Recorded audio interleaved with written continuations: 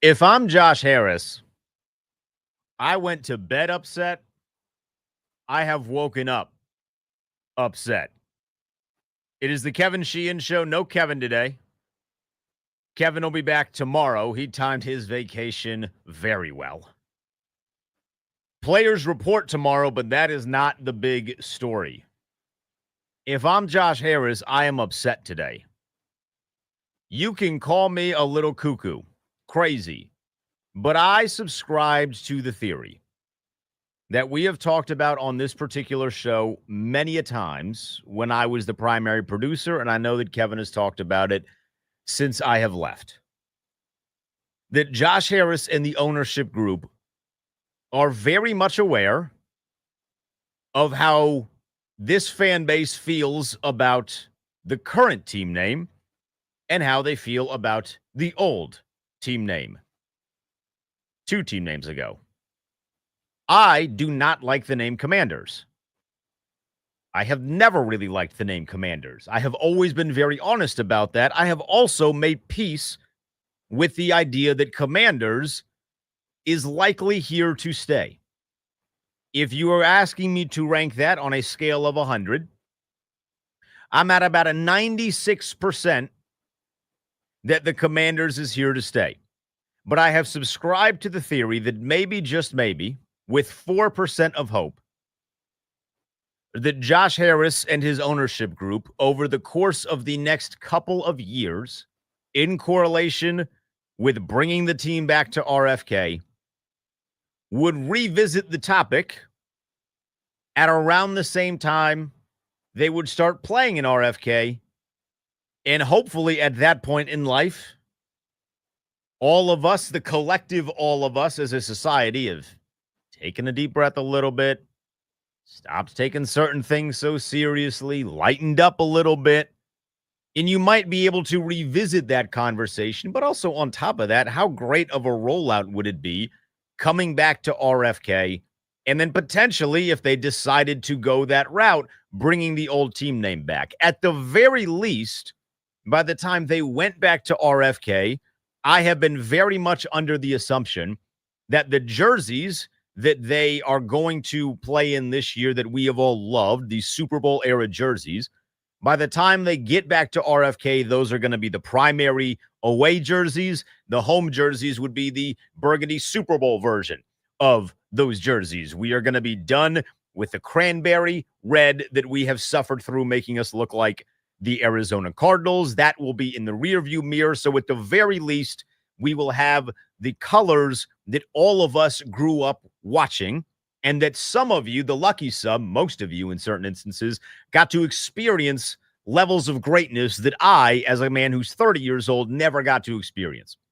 So in 2030, I was hoping we would at least get that. And then maybe if you don't go back to Redskins, you at least put the feather back on the W, similar to that shirt that Dan Quinn wore, I guess it was around this time last year, that got everybody all up in arms because he had the feather on it. I was hoping all of that would come to play in the year 2030, and then maybe, just maybe, the old team name would come back if that is still a passionate discussion inside the ownership group. But I was very aware that it would take time, that it would be a process, that Josh Harris was not going to come in here swinging a baseball bat, shattering every single table in the room, and making mass amounts of changes. This guy is a businessman, and he understands that in order to do good business, which at least in a very small sample size, I am of the belief that Josh Harris is really prioritizing doing good business. I never thought he was going to come in here swinging the table. We saw that when he didn't fire Ron Rivera immediately, let him ride out the season, and then decided to get him up on out of here. I never thought he was going to be swinging and breaking everything. What happened yesterday, if you subscribe to the same theory that I do, that this was going to be a plan with an elongated rollout, but by the time the team gets back to RFK, they are going to be very reminiscent of the team that many of you grew up loving and watching, and that I had always had this weird hope that they would eventually be good again, despite the fact that I grew up in the mostly in the 2000s when our team has sucked. All of that might have just come crumbling down because the red-capped false prophet decided he needed to take a little bit of steam off him for a false promise that he had made all the way back in November. Something just had disappeared. He ran on it, said, hey, this is a thing, disappeared. People are mad at him. What is the low-hanging fruit? Bring back the Redskins. And then he did something about the Cleveland Indians. I don't care about the Cleveland Indians. You don't care about the Cleveland Indians. We will leave that on social media. If by some stretch of the imagination you are not on social media and you are confused as to what I am talking about, Donald Trump took to Truth Social Media, his own social media site that he created when he was kicked off of Twitter, and he said the Washington whatevers should immediately, in all caps, change their name back to the Washington Redskins football team. Pause. Before we go any further in the statement, combining the Redskins and football team was not a direction I thought this would ever go, but I just wanted to acknowledge that. Continuing in the statement, there's a big clamoring for this. Likewise, the Cleveland Indians, again, this is the Indian stuff that I don't really care about, and you probably don't care about, but I'll read it anyway. One of the 6 original baseball teams with a storied past. Our great Indian people in massive numbers want this to happen. Their heritage and prestige is systematically being taken away from them. Times are different now than they were 3 or 4 years ago, 5 years ago for the Commanders, Redskins, but whatever. Math is not a strong suit. We are a country of passion and common sense. Owners get it done. He posted that. It got posted to Twitter. It blew up on Twitter. And because he is a natural comedian at heart, if you get a laugh, there has to be a bigger laugh. If you, in this case, get response, there has to be a bigger response. So then, and this is where things started to get really murky with the whole connection to the team name and RFK, he said it in a second statement. My statement on the Washington Redskins, he took away football team for the second one. I guess someone told him that's not how that rolls here. My statement on the Washington Redskins is totally blown up, but only in a very positive way.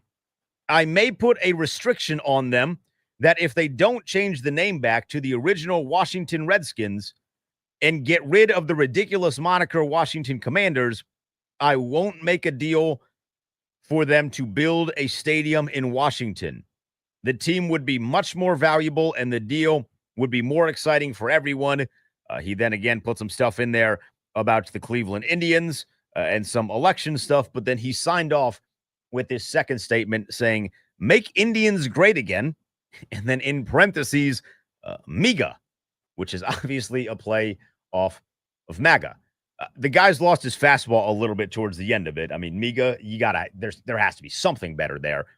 But it was the middle of that second statement where he said, I might put a stop to any deal on the team coming back to Washington if they do not change the team name. So the most recent time prior to this statement that Donald Trump mentioned the team name or the Redskins, if you remember, he was getting off of a plane. I believe it was after he was visiting the Texas floods, and a random reporter asked him about that. I'm starting to realize that felt like a plant, and that felt like an inside job. But he is now threatening to take away any hope of a stadium coming back here to Washington if they do not do what he says. It's very important to point out he is not doing this, and I need some of you to listen to this. He is not doing this for us. If you are passionate about the Redskins returning, the name Redskins returning, if you are on the forums, if you sign all of those polls, not the polls, but the if you vote in the polls and if you sign any of these petitions that go viral every 18 months, he is not doing this for you. You need to understand and you need to not play silly. He is doing this to get a little bit of smoke off of his back for some other things that are a little bit more important than football that he is currently under fire with. And the best way to get himself back into the good graces with some of the people that are angry at him is to go for the lowest hanging fruit, which in this case happens to be the Redskins team name. And then he is using and manipulating you to further make his life a little bit easier by getting said smoke off of his back. He does not actually care about the Redskins. He does not actually care about the stadium. He just wants to exert some level of power. That is why I feel the worst about this. because it feels like, as someone that would be open to that team name coming back, again, do not like the Commanders name. I'd have never liked the Commanders name. I'm at peace with it never coming back because at a certain point you have to be at peace with it. I have never liked that name. I would be open to the old name coming back, but I don't want to be treated like a side chick in the process. I do not want to be treated like a political game piece in the process, which is clearly what is happening here. And what happens when a team name is used as a political game piece, that's why the name changed in the first place. You're never going to heal that situation by doing the same thing just on the opposite side, which is why I was so hell-bent on this theory of Josh Harris doing this in a slow process to get people ready to slowly soft launch. Hey, look, old team colors coming back. We see these jerseys, right? Next, we're getting RFK back, and then maybe we can look into the process of bringing the team name back. I was so on board with him taking it slow, doing it the correct way, and making sure he does it in a way so that when it eventually, if it eventually did come back, there would not be massive amounts of pushback, and we wouldn't be stuck in the situation that we are in now, which is 5 years after the fact, being this game piece and feeling like Michael Scott in the dinner party episode, snip, snap, snip, snap, snip, snap. Eventually, I do just want a team name that is going to stay for forever. I don't want to consistently have to be buying new gear. I don't like buying new gear. The gear is expensive. I do not like that. I haven't bought a whole lot of Commanders gear, although I will say those new jerseys. Yeah, Jaden, I don't like spending 120 some odd dollars on a jersey, but those new jerseys, they look pretty fly. A Jaden Daniels in that legit burgundy and gold, that looks pretty fly. I just feel like we are being manipulated by someone that doesn't care about us. He's just using our emotions to play his own game. I don't want to be a part of his own game. I want to be a part of our game. And if he starts to play a little freaky with bringing the stadium back to DC, it's going to end up being a problem. Why should he have a say in that? I understand he's the president of the United States, but buddy, you got a lot more places to govern than just a stadium in DC because of a team name that, again, you don't actually care about. Is playing nasty. I don't like it when he's playing nasty. I don't want to be on the receiving end of him playing nasty. And some of y'all, you like it because you want the team name back. If you want the team name back, I'm not going to bash you. I don't like it when people bash you. I understand the significance of the team name. I will not ever bash anybody for wanting that team name back. That is your prerogative. If you grew up and have a special, some sort of tie to that team name that is built on emotion, like I grew up with my dad watching Redskins games. I enjoyed watching Redskins games. When I watch, NFL Network was very big in the Day household when it launched. We watched America's Game and got to see the Redskins win championships, watching Timmy Smith against Denver and being familiar with Timmy Smith. Like, what 12-year-old in 2007 was familiar with Timmy Smith? I was, because I was watching all of these things. So I have a specific love for that team name, and I would love to see it back the same way that I know some of you do. I just don't feel like this is being done in good faith. People in the chat saying I don't like Trump. Yeah, duh, I don't like Trump. I'm like a 30-year-old millennial. Not a lot of us do. Come on. I want the team to change. I just don't like that we are being the side chick in this. We'll open up some phones. You got some thoughts on this? You might as well get it off your chest. Eric Flack is going to join us at 10:35 to kind of give us the process of what it would actually look like if Donald Trump does want to play hardball and take any hope of the stadium coming back to D.C. Away over this. 301-230-0980, 301-230-0980. How do you feel about what the president of the United States tweeted? Are you similar to me? Do you feel like you are being used as a chess piece in something that is not actually about you? 301-230-0980. Don't go anywhere. It's the Kevin Sheehan Show on the Team 980 with Dente sitting in for Kevin.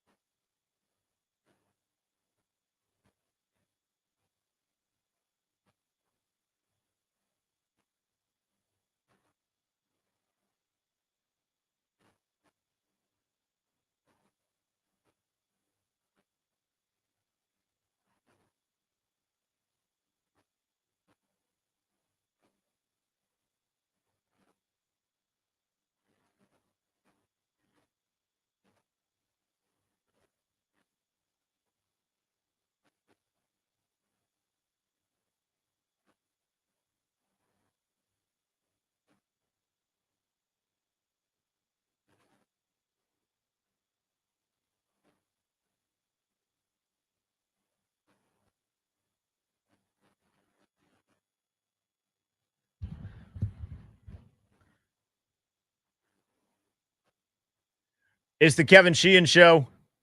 Denton Day sitting in for Kevin. Kevin will be back tomorrow. I'm sure he will tackle this very same topic, unless between now and 10:20 a.m. tomorrow, Terry McLaurin signs his contract extension. How great would that be if he does that today?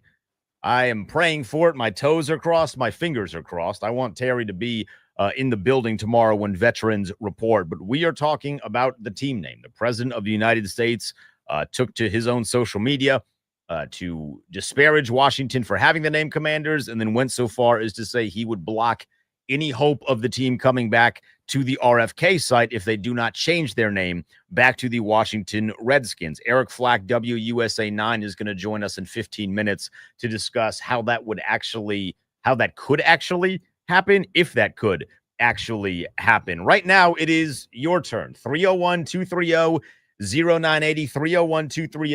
301-230-0980. We will start with Tom in Columbia. Tom, you are on the Team 980. What's going on?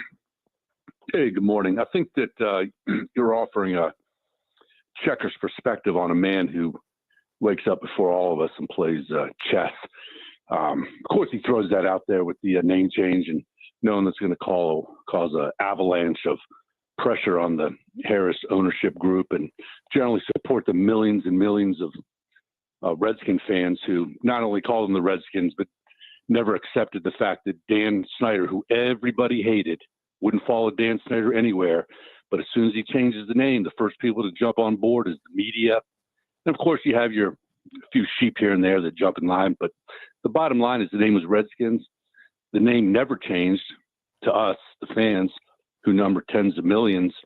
And I think to underestimate the fact that you think, and that's why I say that, you throw out a checker statement to a man who plays chess.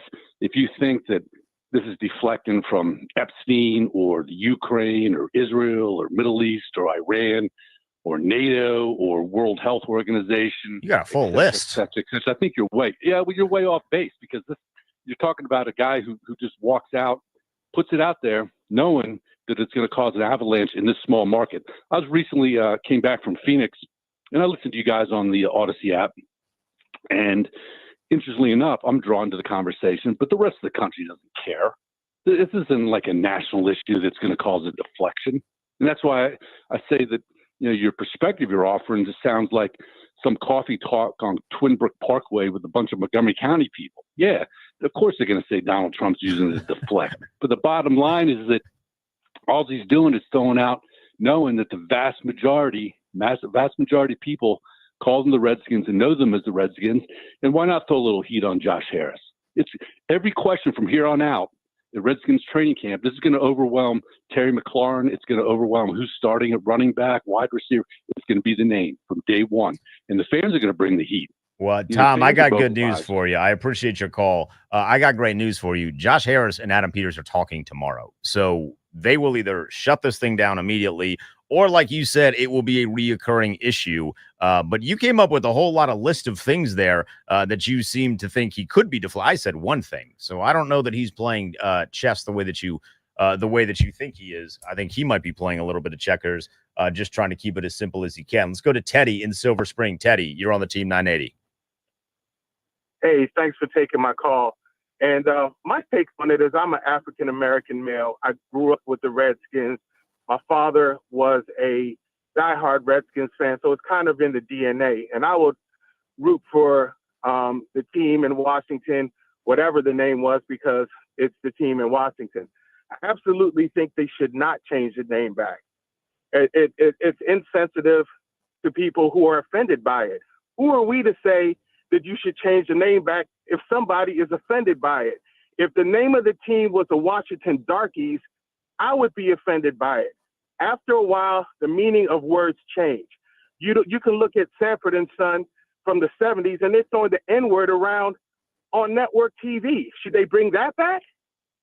I'm with you there. I don't think you should be ridiculous. Bringing. Yeah, I agree with you, Teddy. I don't understand it. If a group of people are offended by it, it's like he's trying to whitewash history and erase people from thinking about history. Even calling them Indians is offensive. And I'm not African. I'm not Native American. It's ridiculous. Let the name go. Either I don't care if the team is the Wizards or the Bullets. I don't want the Bullets back if it represents something negative that people want to get away from. Native Americans are offended by the name. Let it go. It's a name. You still vote for the team that you root for. And that's my take on it. Teddy, that's a strong take. I appreciate it. Again, I have made peace with the name not coming back. If it comes back, I'm totally open to it. I want the feather on the Washington logo. I just, generally speaking, thought that was a dope logo. So when Dan Quaid popped that up on a shirt, I thought it was fantastic. I want that to come back, and then you can change the name to Washington Football Team. If it stays at Commanders, whatever. I still don't like that name. I don't know that I will ever fully like that name. But yeah, so I understand what you were getting at, Teddy. Let's go to Ricardo in Northeast. Ricardo, what's going on? Hey, Den, thanks for taking my call. I'm right behind that last caller. That first caller is clearly MAGA. I don't think Trump even knows how to play chess, first of all. But this previous caller is right. And I'm an African-American. I'm 67, will be 67 next month. I go back to when the stadium was DC Stadium, going to games as a little kid. Redskin fan all my life. But there are polls that still state that Native Americans are offended by the name. That should be the issue, not no MAGA, what you think about Trump playing chess and all that. And, you know, then you should probably know this. Doc Walker, Brian Mitchell, why do you think all the black ex-Redskin players, and I'm using that because that's what the name was when they played, are against the name Redskins? You know why? Because black people and Indians share that same history of racism, genocide, whatever, in this country, and that's point blank. And I'm woke. So all y'all MAGAs is mad that woke, that, you know, hey, yeah, I'm going to stay woke. I'm never going to go to sleep on y'all. And if that's the case that Trump insists on the name going back, build it back in Maryland. It's as simple as that. So I don't want no parts of it. With the next thing you know, Denton, Trump's going to want the name of the stadium after him, named after him. We're not having that in a D.C., a city that overwhelmingly voted against Donald Trump. Denton, thank you so much for letting me speak, man. Have a great day. Ricardo, I appreciate it. I know he tried to name Dulles after him, too, and I don't think that went over exceptionally well. Let's go to Gene in West Virginia. Gene, you are on the Team 980. What's going on? Hey, thank you for taking my call. I agree with what Trump's doing, and has nothing to do with what you said is trying to be a distraction. This has to do with what the man campaigned on. This has to do with fighting back against the wokeness and the DEI that has been shoved down our throats to pacify the minority. Look, everybody's offended by something. What, are you going to flip the whole world upside down because a few small groups, a few small people are offended by something?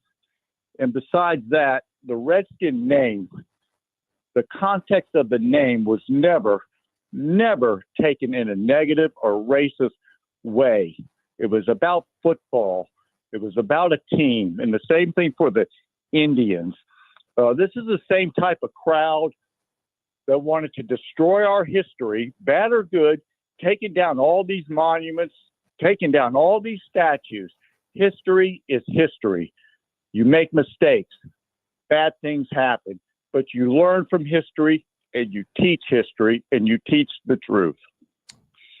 Gene, I appreciate it. Some of those lines ended up getting crossed a little bit there, but we're just sticking to the name. I'm gonna stick to the name, but some of the thought process there did not necessarily add up, I think, as much as you think it did. But we're sticking to the name here. It's Denton Day in for Kevin Sheehan on the Team 980. Kevin will be in tomorrow. We got a line open for you at 301-230-0980, 301-230-0980. We're taking phone calls on the team name. Donald Trump said he would block the potential of the team coming back to RFK if they do not change the team name back. Let's go to Ronnie. He's in Abingdon. Ronnie, what's going on? Hey, good night. Nice hearing D-Day. I'll be 50 next year, so I remember the good old days, and I'll never say the C word, and whenever I buy anything, I make sure I keep the C off. It isn't insensitive, but I know things have changed a lot. I agree with Kevin. If you look up the dictionary, they change the dictionary. If you say, hey, you see a Redskin in a bar, you're not going to think of an Indian. You're going to think of a Redskin player. But I never thought Dan would ever sell the team. I never thought the name would change. But really, all I really want is the emblem back and our colors back. I mean, I don't know why they screwed this up. Dan screwed up. Well, he screwed everything up. Why couldn't we go with the Warriors? Why is it the Chiefs don't get as much play? Why is it the Seminoles don't get anything? You go to Chiefs games, they do the tomahawk chop and stuff like that. It just rubs me the wrong way because we didn't take the Redskins and make it as fans. We didn't try. We looked at it as a badge of honor. But I do understand the negative of the name of it. If we can just get the symbol back and the colors back, I'd be happier. Why couldn't we just go with the Warriors? Why the Commanders? I think Dan did that just to give us the middle finger right out the door. But this is going to be a topic. Let's get Terry signed and let's get football going. Thanks, Dave. Yeah, I got if Terry signs. Also, my fat ass walks into a bar here as Redskin. I think you're talking about potatoes. But I get where you're coming from there. I also don't have anything that actually says Commanders on it. I have the W logo on a hat and a like a short sleeve hoodie. Although Fanatics kind of boned me on that short sleeve hoodie because the W is like wickedly crooked. I should probably get my money back for that, and I just haven't done that. Let's go to Ross in Tampa. Ross, what's going on? Hey, D-Day, what's up, man? What's up?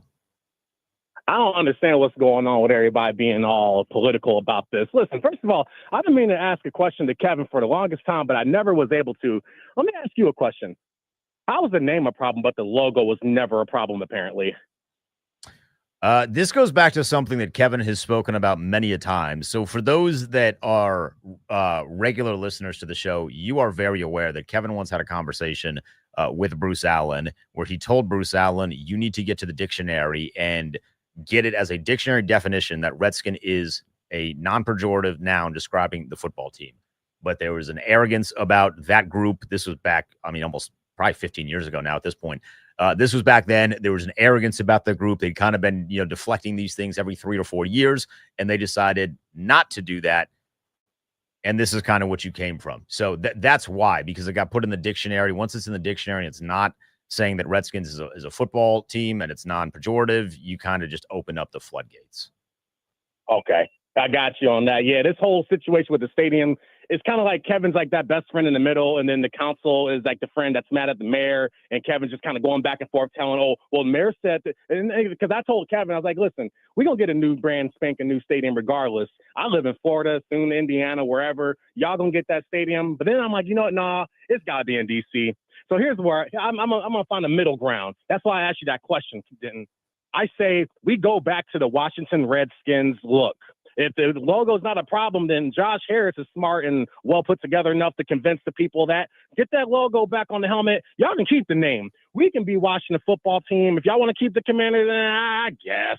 But I'd rather be watching the football team with that look that we all grew up looking at, and then we playing in D.C. You know what I'm saying? That's what I got. And I don't really think it needs to be political. It don't matter what the team name is, then real world problems don't remain real world problems. That is a fact. Yeah, give me the burgundy and gold. And then again, I thought that there was going to be like this nice rollout where eventually by the time they get back to RFK, it would be a thing. And then Josh Harris rolls it out perfectly. And then it just did not. It didn't end up happening. And then we kind of got the situation that we are dealing with today. We'll take a few more. We got Eric Flack coming up at WUSA 9 in a couple of moments here, but we'll take a few more calls here. Lee is in Northeast. Lee, what's going on? Hey, how you doing? I'm doing good. What's that? You got to turn that radio down a little bit. Yeah, I'm a Commanders diehard. I love the Commanders name. I actually love the Redskins name. I actually like the Washington football team name. But the problem that I have is like they put the political spin on it about Donald Trump and all that. Listen, my grandmother's mother, Selena, was a Native American. My family never found the name offensive. And for the people that just talking, I watch Westerns every day. When I left out this morning, I was watching Wyatt Earp, the legend of Wyatt Earp. They slaughter Indians on TV every day. Nobody says anything about that. It's a name. It's a sports moniker. The Chiefs still use the tomahawk. You got the hockey team that still has the Indian logo. And who do they say do the name offend? Who does it offend? Whoever that says it offends them, they don't watch Westerns. They don't watch John Wayne. They don't watch Clint Eastwood. I watch it every day, and none of it offends me. It's a movie. Lee, I think I'm picking up what you're putting down, but this is a little bit more serious than movie. I do like a good Western, though. I just don't watch them a ton. Ian, what's up, man? To all the fans who are so up in arms and want to debate if it's offensive, not offensive, if it's racist, not racist, and going down the political spectrum, that's not what I'm interested in. My point is it's so performative. This team, for the first time in 30 plus years, has a chance to be good for this year, the next 10 years. And instead of focusing on football, we are talking about logos, colors, brand name, stadium location, etc. It's so silly. All these fans who tell you how important the name and the logo and the helmet and the icon and the feather and the songs, they were nowhere to be found. Nowhere to be found during the Snyder years. Why? Because the team was bad. There was no hope to be good. There was nothing. Now, the team is crushing it. Jaden Daniels was the number one jersey sold last year with the name Commanders, with that awkward pseudo burgundy and gold. Why? Because he gives you a chance to win and a belief. They're not buying it because it's the Commanders name, etc. It's about winning. And all these fans who are like, I'm not coming back unless the team name is changing. So you're just sitting at home not watching while the team has their best horizon. You're so silly. You're so performative. It's the same people who tell you they're going to boycott Target or this brand or that brand.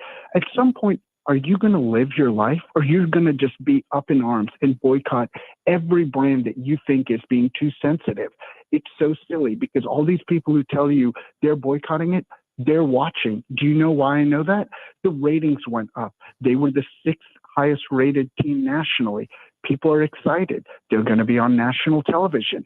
All these facts that say the team is back, and instead we have a sliver of the population or a medium-sized population telling you it's all about the name. Okay, the name changes. Then what? You were watching anyway. You were buying merchandise anyway. It's all performative theater by just the most silly and obtuse of fans. It's difficult to even comprehend. Yeah, and I agree with you in some of the performative aspects of this. I do think you can very easily weed out the bad faith actors, those that say they're never coming back, but they still tweet about the team regularly. They're still coming up in some of our mentions, which, by the way, you can tweet at me at the Denton Day. They're still coming up in our mentions when this sort of topic comes up. I don't believe that the people have like fully left. I just don't. If you're on hold, stay there. We are getting to Eric Flack. He has a mayor press conference at 11. Maybe this gets addressed in that press conference. We will ask him about that. Plus, can there actually be a scenario? How would that scenario look if Donald Trump does want to block Washington from coming back to RFK? He gives us the answers on those questions next. Don't go anywhere. It's the Kevin Sheehan Show with Denton Day sitting in for Kevin here on the Team 980.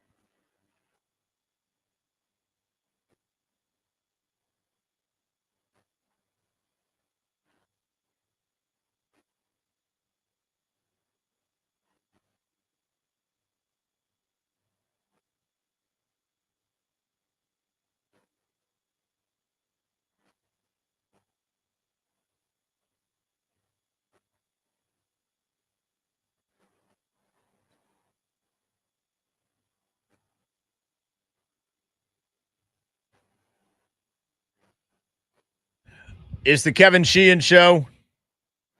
Denton Day sitting in for Kevin here on the Team 980. You can find me on Twitter at the Denton Day. Coming up in about 30 minutes, I'll tell you where Frankie Louvu wound up on the NFL's top 100 list. I know that's the information everybody is here for.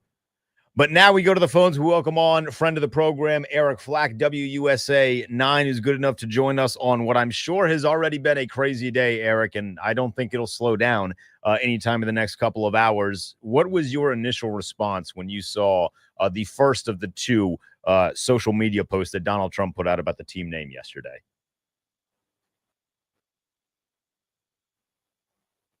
On a tarmac a couple of weeks ago when he was asked about the stadium by a reporter, he said, DC Council needs to get it done. And then the same reporter kind of lobbed a question about what about the name? And he's like, well, they should change the name, of course. And so I'd heard that part. So the initial post on Truth Social kind of just addressed that they need to change the name and the Indians need to change the name. The Guardians need to change the name back to the Indians. It was the second post when he started making threats about holding up the RFK deal that I think people started going, like here we go. I think this president has proven unpredictability is kind of his calling card, and so I think to say I was totally surprised would be a bit of an overstatement. But obviously, my initial question became, well, can he do it? Can he hold up or block the RFK deal? And through talking through some of my sources, the answer is yes. He can do what he's threatening to do. So now the question really becomes, where do we go from here? So that was going to be my next question for you is, can he do it? And then the follow-up being, what is the process like for him to do it? Is it an easy process, or is it something that he would have to, or people around him would have to jump through many hoops to make sure is blocked? So the simplest route would be for him to sign an executive action canceling the lease that was under debate and scrutiny for so long, that was voted on in the early morning hours by Congress, giving D.C. the right to build the new stadium on the RFK land. He can cancel that lease for a number of different excuses or reasons. He can say that DC is violating the lease agreement by not honoring the terms to redevelop it.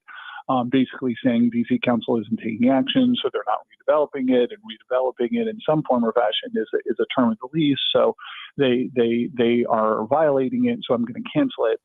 That would probably end up in court. The city could, challenge that in court. Courts have been, siding with the president for the most part. But even if the city did, in fact, challenge it in court, you're talking about huge delays and the process getting caught up in court, which would be, kind of a disaster, because the team has made it clear that they're under a timeline to get the new stadium built, because they want to open it by 2030. So getting this caught up into a legal process would be, a nightmare scenario for the city and for the team. But there are other ways he can do it too, kind of more procedural, under the radar ways. There's something called the National Capital Planning Commission. That's a group that casts critical votes on construction projects, including RFK. Like all big construction projects have to go through the National Capital Planning Commission, and President Trump just appointed three board members to that National Capital Planning Commission. So people who have critical votes on that National Capital Planning Commission have those votes, as a result of President Trump putting them there. So clearly he would have sway over how they felt. And if he wanted votes to block an RFK deal, he would have them on that National Capital Planning Commission. Very similarly, the Commission of Fine Arts that reviews design aesthetics for all DC construction to make sure it's in line with the aesthetic look of DC. Once again, President Trump has appointed board members to the Commission of Fine Arts. Another way he could pull levers behind the scenes to have votes block the progress and development and ultimate approval of the RFK design once it gets to that point. So, obviously there are legitimate ways he can do this if he chooses to. So now the ball, pun intended, is in DC Council's court, whether or not this speeds up action to act before President Trump can block this.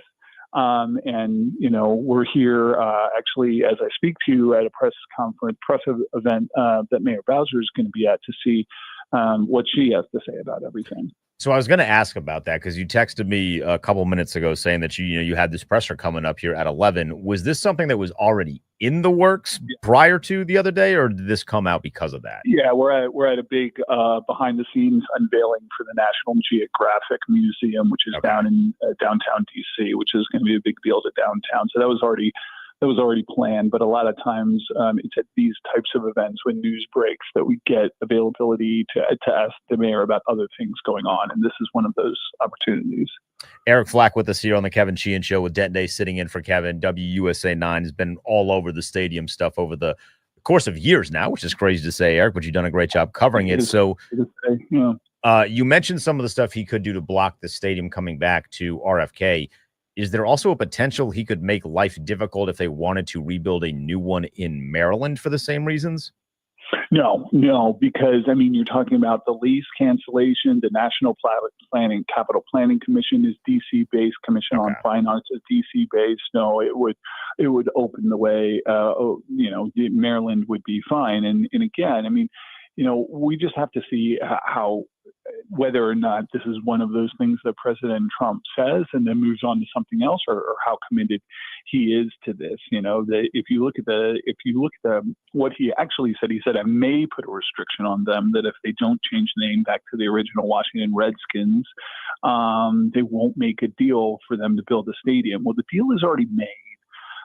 They're not going to change the name back to Redskins. That's just not going to happen. So, the reality of how far he's going to push this, I think, is one of the parts that remains to be seen. But obviously, DC Council is now playing with fire even more than they were to this point, by kind of dragging their feet and dragging out this process. Has Mayor Bowser addressed the name since Dan Snyder sold it? I know she was very adamant years ago, but that always kind of felt like it was more directed at Dan himself than the name. Has she addressed the name conversation since the Josh Harris group took over? She's not. I don't expect to hear anything other than, the name isn't going back. Now, I do think there's a question I want to ask her, which is, because I don't think you can rule anything out. If the name were to be changed back, would you still support a stadium here in the district? I expect that she will not even answer that, because she will say it's such a non-starter. But she had said for many years that she doesn't support the team's return to DC with the old name. But she ultimately, once it became clear that name was going to change, she had a lot of runway to then get behind the stadium agreement. And so you're right. I think that, once the name was changed, and then certainly once Josh Harris took over the team, the name just hasn't been an issue, anything that she had to address in any serious form or fashion until now. So, Eric, I'll get you out of here on this before you go to this press conference.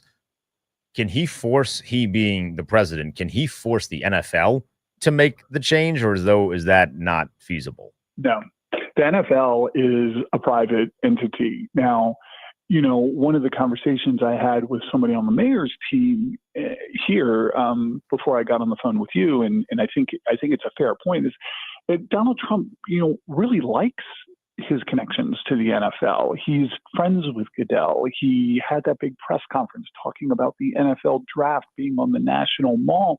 And the NFL and Goodell, they all want the stadium in DC.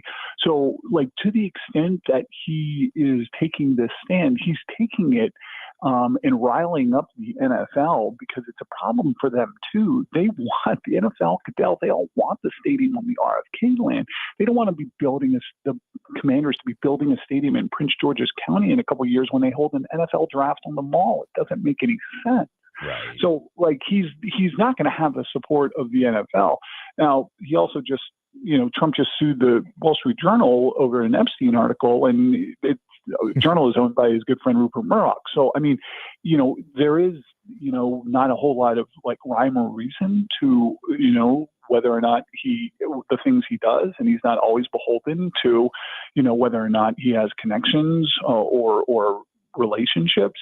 But, this would fly in the face of what the NFL wants. Donald Trump is very much into his positive, relationship with the NFL. This is going to be fascinating. Like you mentioned, he could give up on this. He could have already given up on this today. He might actually take this and run with it. It'll be interesting to watch. Eric, appreciate the time. Go enjoy that press conference, and I'm sure we'll be having some audio of that based off of some of the things Miro Bowser says. Thank you for the time. You got it, then.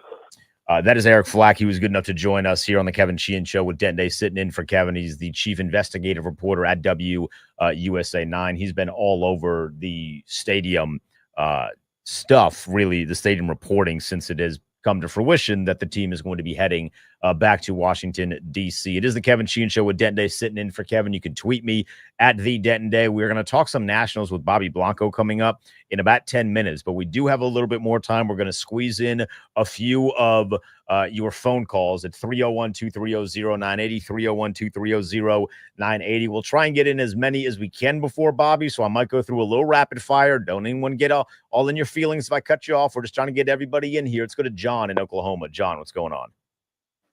Hey, first of all, thanks for taking my call, guys. Of course. Hey, listen, I've been out here 55 years. I'm part Native American, and the Native Americans, every day I talk to them, man. I mean, it's just every day. I mean, we got Rush Springs Redskins still 12 miles south of where we live. We got Indian City, USA, 18 miles west of where we live.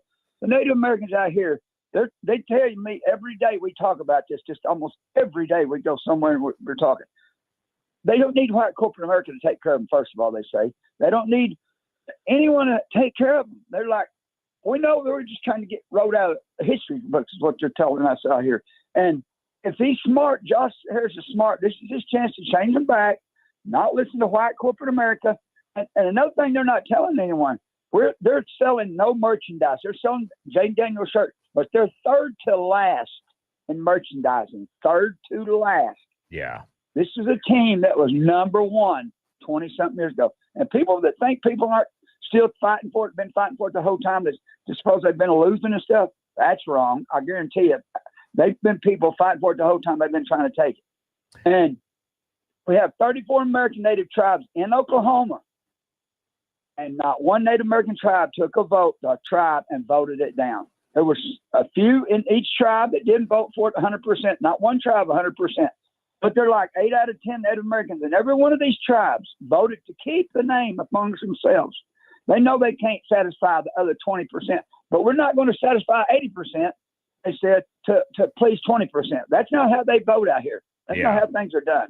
John, I appreciate it. This is some real good information. I appreciate it. I have never seen the polls. I am self-aware enough to know that this decision was not made off of polling Native Americans. It just wasn't. There were people, Nike, that put a lot of pressure. Frederick Smith, because Dan Snyder did not pay him. It's important to really circle that particular aspect of this. This all happened because Dan Snyder did not pay his minority owners. He was costing them millions and millions of dollars, and they retaliated against him. That is just a cause to be a good person.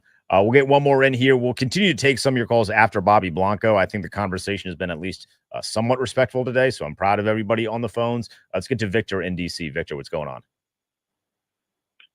Oh, hi. How are you? Yeah, I'm just for bringing the name back.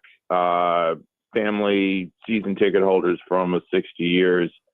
I'm Black, part Native American, also gay, so I have that other's perspective. The real issue, just like your former caller, it's really not about Native Americans. I've spoken with Native Americans in Navajo country and Arizona. The vast majority of Native Americans are for the name.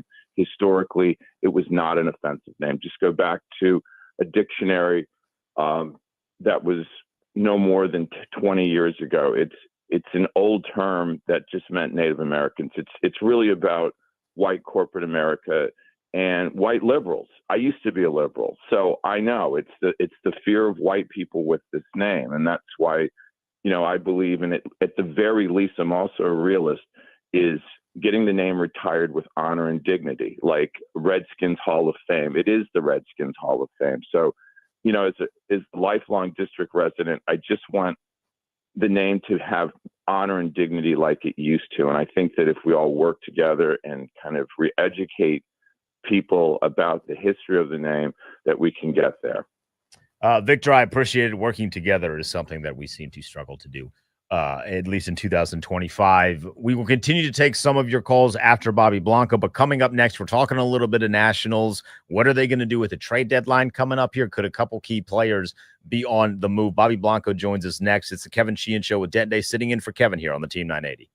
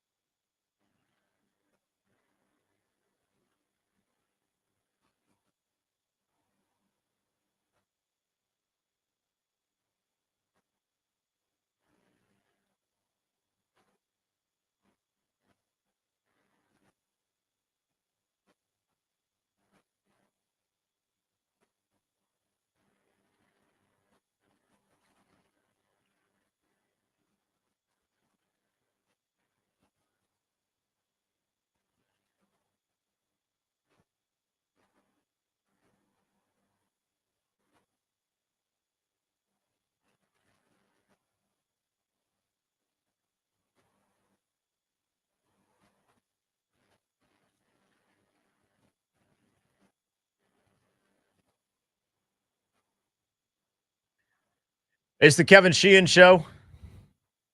Denton Day sitting in for Kevin at the Denton Day on Twitter. A brief pause to the name conversation, though I'm sure we will get back to it. Ben Standig is going to join us in an hour. Veterans report to training camp tomorrow. Will Terry McLaurin be there? We will ask Ben that in an hour. But right now we're talking Nats baseball. Bobby Blanco covers the team for Masson, is good enough to jump on with us here. You can find him on Twitter at Bobby Blanco. Bobby, are the Nats going to change their name in the next day or so? Nothing? I certainly hope not. That would be kind of a crazy turn of events if they decided to go something else. I don't even remember what the actual finalists for the name when they moved to DC were, but I think Nats is here to stick around for a bit. What did you think of Eli Willitz's introductory press conference from this weekend? Yeah, I thought it was interesting. I mean, he's obviously a very confident young man. And when I say young man, I mean almost child. He's 17 years old. He's got a lot of confidence, as he should. He's the son of a former major leaguer. So he's been around major league clubhouses before. That was nothing new for him. He even mentioned, when his dad was a coach with the Yankees, he would follow Aaron Judge around when he was a little kid. He was like 6 or 7 years old or something like that. I think being around, the major league team for the first time, that didn't really bother him. That didn't really, any other 17-year-old probably would have been a little starstruck by some of the guys in there. But, he held his own. And I think the Nationals are very confident and very happy with this pick. I know he flew to Florida yesterday to get working at the Nationals spring training facility. So we'll start seeing some box scores from him, hopefully, in some Florida Complex League games coming up soon. And then, maybe he'll get bumped up to Fredericksburg for some single A games before the end of the season. I would expect to see him a couple of games with the Fred Nats before the end of the season, which could be exciting for those who make the trip down to Fredericksburg. He had mentioned in that presser that his goal is to get to the bigs by the age of 20. Starting where he's starting, how feasible is it to make his way all the way up there in 2 years and some change? Yeah, I mean, it's always tough when we're trying to project timelines for high schools, especially a kid that reclassified. I mean, he basically just finished his junior year. Like, he should be starting his senior year this upcoming fall. Instead, he's going to be playing professional baseball. He doesn't turn 18 until December. If you look back to when the Nats drafted Dylan Cruz, obviously coming out of LSU, it was a little more easier to project when Dylan would make the majors. A 17-year-old coming out of high school is more difficult to do that. But I still think it's, he's got a lot of talent. I mean, that's obviously not in question. I mean, I know people were surprised a little bit by the pick, but him and Ethan Holiday were the two top prep players in this draft. So the fact he was going to go in the top 5 probably regardless. So that shows you that he's got the skill set. And then it's a lot of it is in the hands of his player development staff. And, quite frankly, who knows how that's going to look after this offseason. I mean, the Nationals ownership has made the decision to part ways with Mike Rizzo, obviously David Martinez as well. But, we don't know how they're going to restructure, if they are at all going to restructure the front office this offseason, if they go out and hire a brand new GM, president of baseball ops, whatever it may be. And if they do, that person is probably going to want to bring in their own people for the player development side and stuff like that. So, there's a lot up in the air in terms of this franchise and how it relates to Eli's development. But that aside, just taking the player face value, I could see him making the majors by 20. If he finishes at single A this year, then you're looking at him probably getting a full season at Fredericksburg next year, maybe getting a bump to high A at the end of next season. But I know the Nationals don't like sending hitters to Wilmington because that is such a pitcher-friendly ballpark. Their numbers really deflate at the Wilmington ballpark. So I would expect maybe the following year, he would maybe skip high A altogether, go to double A, and then now you're talking he's 19 years old. And if he's hitting well at double A, maybe a quick stint of triple A, and yeah, he could definitely make the majors by the time he's 20. That is still, though, 3 years down the line. So we're talking about the 2028 season. Bobby Blanco with us here on the Team 980. Kevin Sheehan Show with Denton Day sitting in for Kevin. How did you feel about the rest of the draft class in the first draft of a post-Mike Rizzo era?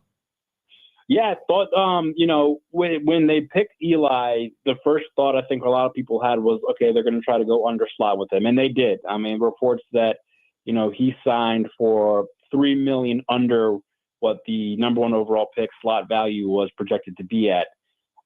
He still set the record. He beat Jackson Holliday's record for a high school player a signing bonus, but he was $3 million under that slot value. So they used that money to spread it out and try to get other guys signed away from their top college commits. They got a really hard-throwing pitcher from New York who had a strong commitment to LSU.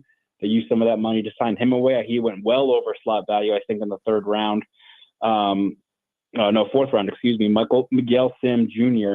Out of New York. So, that was an addition. They went in the 2nd round, a big power bat out of college, so they probably saved some money there as well. And then they were trying to sign a lot of these high school guys. Their 5th round pick was a high school shortstop who had a commitment to Mississippi. So, these guys are top high school players that had commitments to top college programs that the Nationals needed to save some money and to sign away from their commitments. And they did that by taking Eli 1st round. They did that by taking college bat in the 2nd round. So I think this draft class rounds up to be pretty decent overall. I think the Nationals, I know the Nationals are very happy with it. The thing about the MLB draft is, because of the game you have to play with the slot bonus pool and signing bonuses and all that going under slot, over slot, you do get a lot of players that were projected to go maybe in the 1st round, slip into the 2nd, slip into the 3rd. That happened with Travis Sakura. That happened with Yo-Yo Morales a couple of years ago after Dylan Cruz was selected. So I think the Nationals played that game pretty well. Obviously, still a lot more time to figure out how it ends up because these guys have to be developed. But hopefully they have a couple of major leaguers, solid major leaguers in the making. If not, maybe trade pieces down the line. Trade deadline coming up in 10 days from now. We've known for a long time that Mike Rizzo was kind of a savant when it came to the trade deadline, not so much when it came to developing players. What can we expect with DeBartolo when it comes to the trade deadline? Yeah, I mean, you talk about Mike Rizzo had a really good record when it came to trades, and DeBartolo was his number 2 in a lot of that. And Mike DeBartolo, that is, has talked a lot about already how he was very involved in the Juan Soto deal. So we know that he, has been included in those discussions, in those negotiations with other teams in terms of swinging big trades and moving guys. Now, the Nationals, of course, don't really have a Juan Soto type piece. That piece would be Mackenzie Gore, but DeBartolo said on Saturday that he's not really looking to trade Mackenzie Gore. He views him as a long-term cornerstone for this team. And it is just obviously a conversation to be had because Mackenzie is at the same service time that Juan was when they traded him. So, it does kind of come up, but, I don't expect Mackenzie to be moved. That doesn't mean they don't answer the phone, right? If someone blows you away with an offer, you have to kind of consider it, but I doubt that would come. So you're looking at guys on expiring contracts to be moved, like Kyle Finnegan, who, he blew the save or, blew the game on Friday night in the 9th, but then came back and recorded a save on Saturday with the perfect 9th inning. Michael Soroka, if he can get a couple more good starts under his belt over the next 10 days, that would help maybe a team needs pitching and then that takes a flyer on him. I know Josh Bell, Ahmed Rosario, Paul DeYoung, they haven't really wowed offensively, but 10 days is a lot of time. Injuries happen all the time. Teams get desperate. Sometimes they just need someone will come calling and like, hey, here's a low A ball player. We need backup. We need depth for this playoff run. What do you think? And I would imagine all those guys are available in trades. And I think if any team comes calling on any of them, I would not be surprised if DeBartolo ships them off just because you are kind of doing this. I don't want to call it a reset, but you do need to kind of restock this farm system as this season kind of gets away from you at the major league level. Did they miss the boat a little bit in terms of value on moving Finnegan? Did they wait a year or two too long?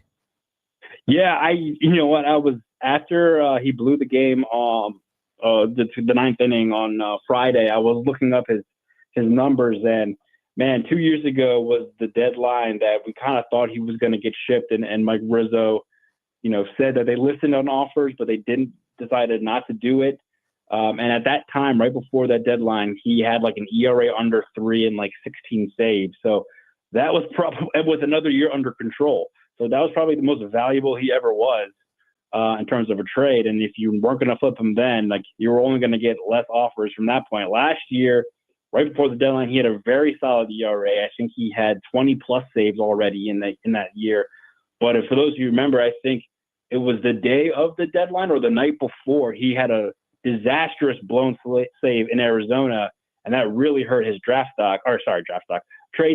value. And they weren't able to ship him, or they decided to keep him. And then now here he is. I mean, he's got a lot of saves on a bad team, which is good, but his underlying numbers aren't great. I mean, he gives up a lot of hits, gives up walks, a lot of base runners. It's always kind of a bumpy ride. Saturday excluded when he went 1-2-3. So, I would just think if anyone comes calling on Finnegan, it's going to be because they want him to pitch the 7th, the 8th, just add bullpen depth for a playoff run. A lot of teams, every team needs pitching, as you get closer to October. So, but, I think his value is definitely lower than it has been the past 2 trade deadlines when they decided not to ship him off.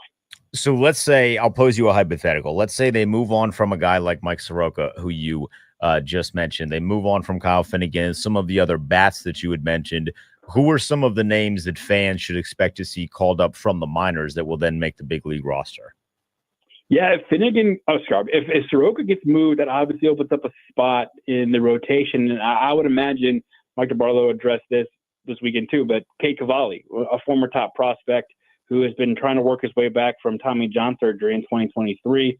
He's been pitching at AAA. I know they want to see more consistency out of him, but if Soroka is able to get moved, you bring him up, and it's about time you figure out what you got in Kate Cavalli and have him make 5 starts every 5 days and see what he's got at the end of the season at the major league level. He's only ever made 1 major league start, and then he hasn't gotten back to the majors since. So that I would expect him to get a call up if they have an opening in the rotation. And then if they do move, say a Josh Bell or a Paul DeYoung, I would expect honestly Andy Morales, who I just kind of mentioned back into the draft conversation. He's been having a really solid couple of weeks at AAA Rochester. He's the same draft class as Dylan Cruz. He was a college back coming out of Miami. He was probably the best player in the ACC that year. And he's played a lot of first base. He's a natural third baseman, but of course Brady House right now is handling that hot corner very well. So, maybe they bring up Yo-Yo as a DH, backup first baseman, whatever it is, and kind of see what he's got, because he's earning his way. And hearing from guys who cover Rochester and have spoken to coaches down there, like the coaching staff at Rochester really love Andy Morales and the work he's put in to, 1, get better at the plate, but 2, also work defensively to increase his versatility by playing first base. So I would expect maybe Yo-Yo gets a call before the season's up. Right now, James Wood has 24 home runs. And, Bobby, I'm a gambler. I'm a DGen. If I set that line at 45.5 for the entire season, does he go over or under? Ooh, 45? Yeah. I would unfortunately probably go under right now. They've got 63 games starting tonight left. He's going through a rough slump right now. He broke it with a single yesterday. He swears it's not because of the home run derby, and this slump started before the All-Star break, so it's not like the derby completely messed him up. But I mean, this is also a guy that could get hot. I mean, he could hit 3 home runs this week, and then he's back on track. But right now, with us given the slump, and they've got a shorter time frame from the second half of the amount of games to play, I would say under, but I still think he can get close to that 40 mark before the end of the season. Bobby, I'll get you out of here on this. Nats in action tonight. They're taking on the Cincinnati Reds. Brad Lord going to be on the mound. What are you hoping to see from him in the start against Cincinnati?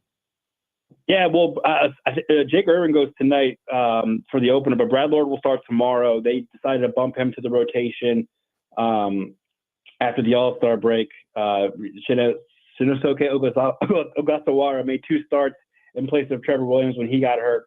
But they're deciding to stretch Brad Lord back out. He'll start tomorrow on Tuesday. I think he was one of their best stories on the farm last year. He was one of their fastest rising prospects, the guy that was a late round draft pick. I mean, for those who don't know, he was working at Home Depot over the offseason to make some extra money before getting ready for the baseball season. Made the team on opening day out of the bullpen, but he's been a starter his whole career, for most of his career. So they're going to try to give him back in the rotation, stretch him back out. He's probably not going to go very deep in the game to start. I mean, they got to ramp him back out. He said he was probably expecting between 45 and 50 pitches his first start tomorrow night. So look for that. But as they progress and he continues to pitch better, hopefully he'll get deeper into the game and get fully stretched back out as a starter. I think he's an interesting piece to this rotation and possibly in the future.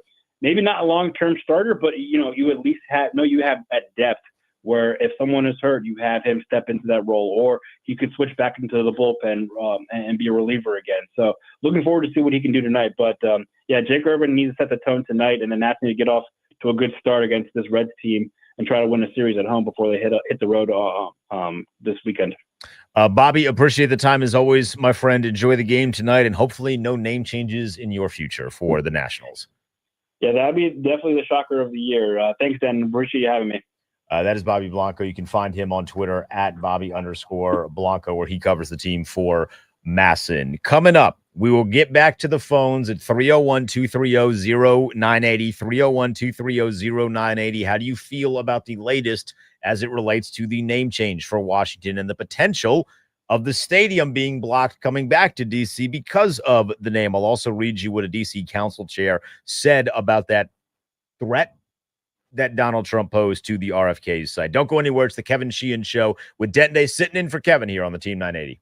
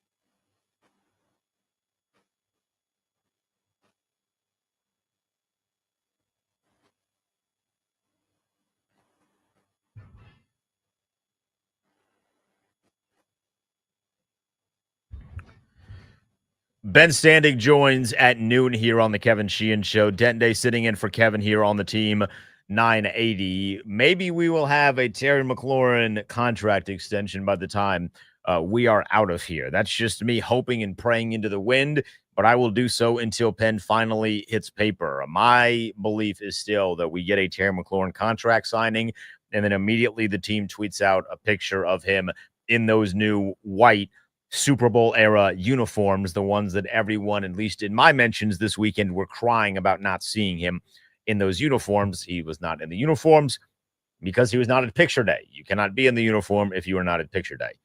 I digress. Hopefully we get that coming soon. Ben Standig will join us at noon. 301-230-0980, 301-230-0980. If you want to weigh in on the name and the potential of it now being linked to the stadium. We had Eric Flack on at 10:35, and he had a jet because at 11 there was going to be a press conference involving the mayor. It's more than just the mayor speaking. The D.C. council chair has spoken and released a statement on this as well that Eric tweeted out 14 minutes ago. It said, quote, "I am focused on getting the best deal for district taxpayers and getting the deal across the finish line.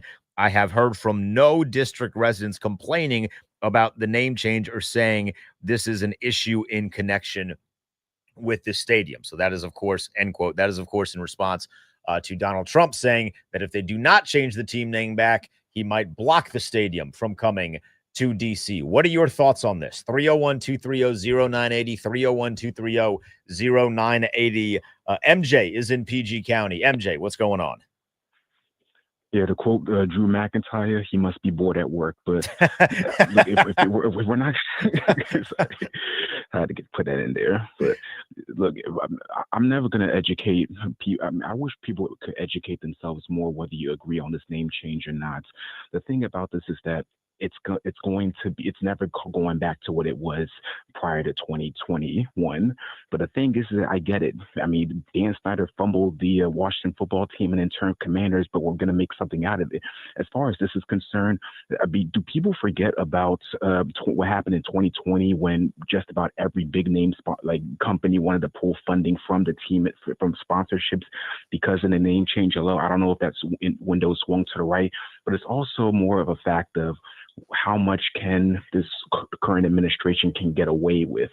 I mean, he's done a good job of getting the media to bend the knee and stuff like that. But from a team perspective, I don't really care much about that. All I care about is winning. I care about McLaurin getting his big name contract, and also more concerned about the team building off of what happens the year prior and actually just getting a winning culture. I mean, for people that are so wound up about the old name, may I remind you, there's at least two generations of fans that have not seen winning in Washington prior to last year. So let's build something out of this. What it is, all right, it ain't coming back.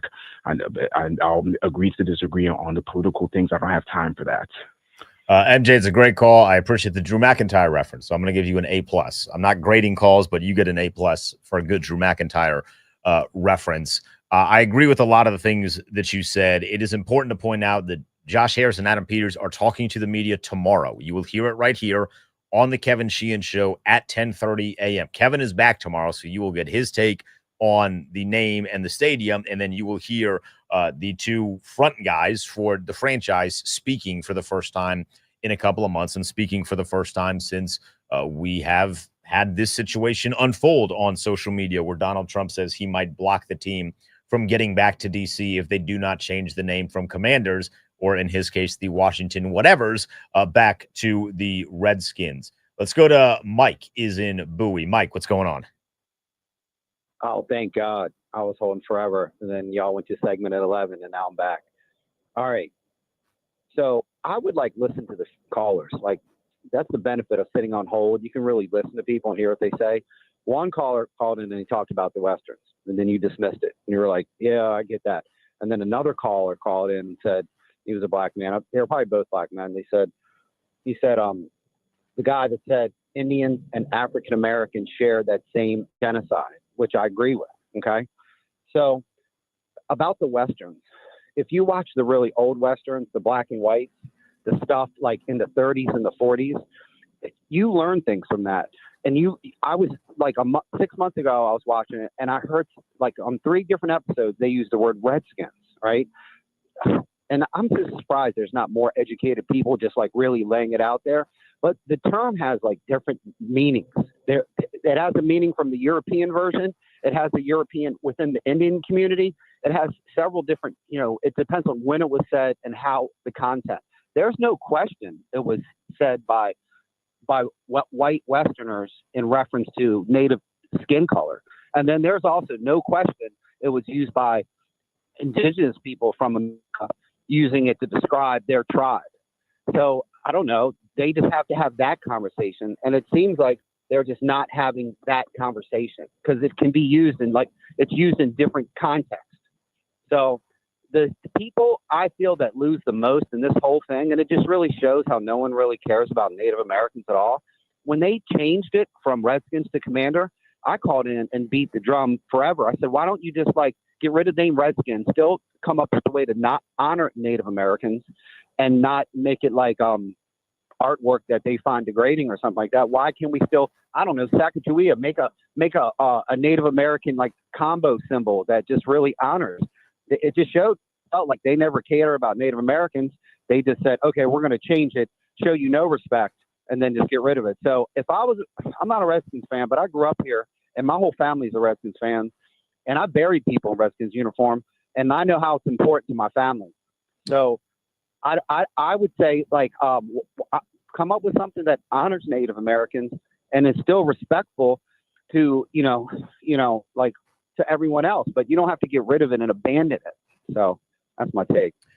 Mike, I appreciate it. So there's something that I want to touch on. This is something I said at the beginning of the show that I would like to reiterate. I am of the belief that at some point the Josh Harris ownership group was going to bring back something much more reminiscent of those times, whether that be a new logo that is reminiscent of the old logo, whether that be just attaching the feather to the W, a shirt very similar, or a logo very similar to what we saw Dan Quinn wear on a shirt last year. I believe there was pieces being put in place to have a rollout to when the team was back at RFK. It would look very reminiscent of a lot of the things that those of us who do not like the Commanders and don't like this feel that has been around them in terms of looking like a completely different team.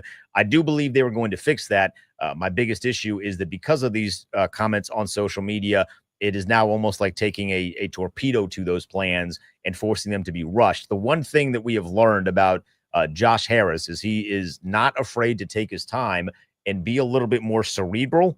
And I like that approach. That is a great businessman approach, making sure that you are getting it right, not just rushing to get it done. And I have appreciated that about him, at least to this point in his ownership tenure here in DC. Let's go to Aveen in DC. Aveen, what's going on? Hey, Denon.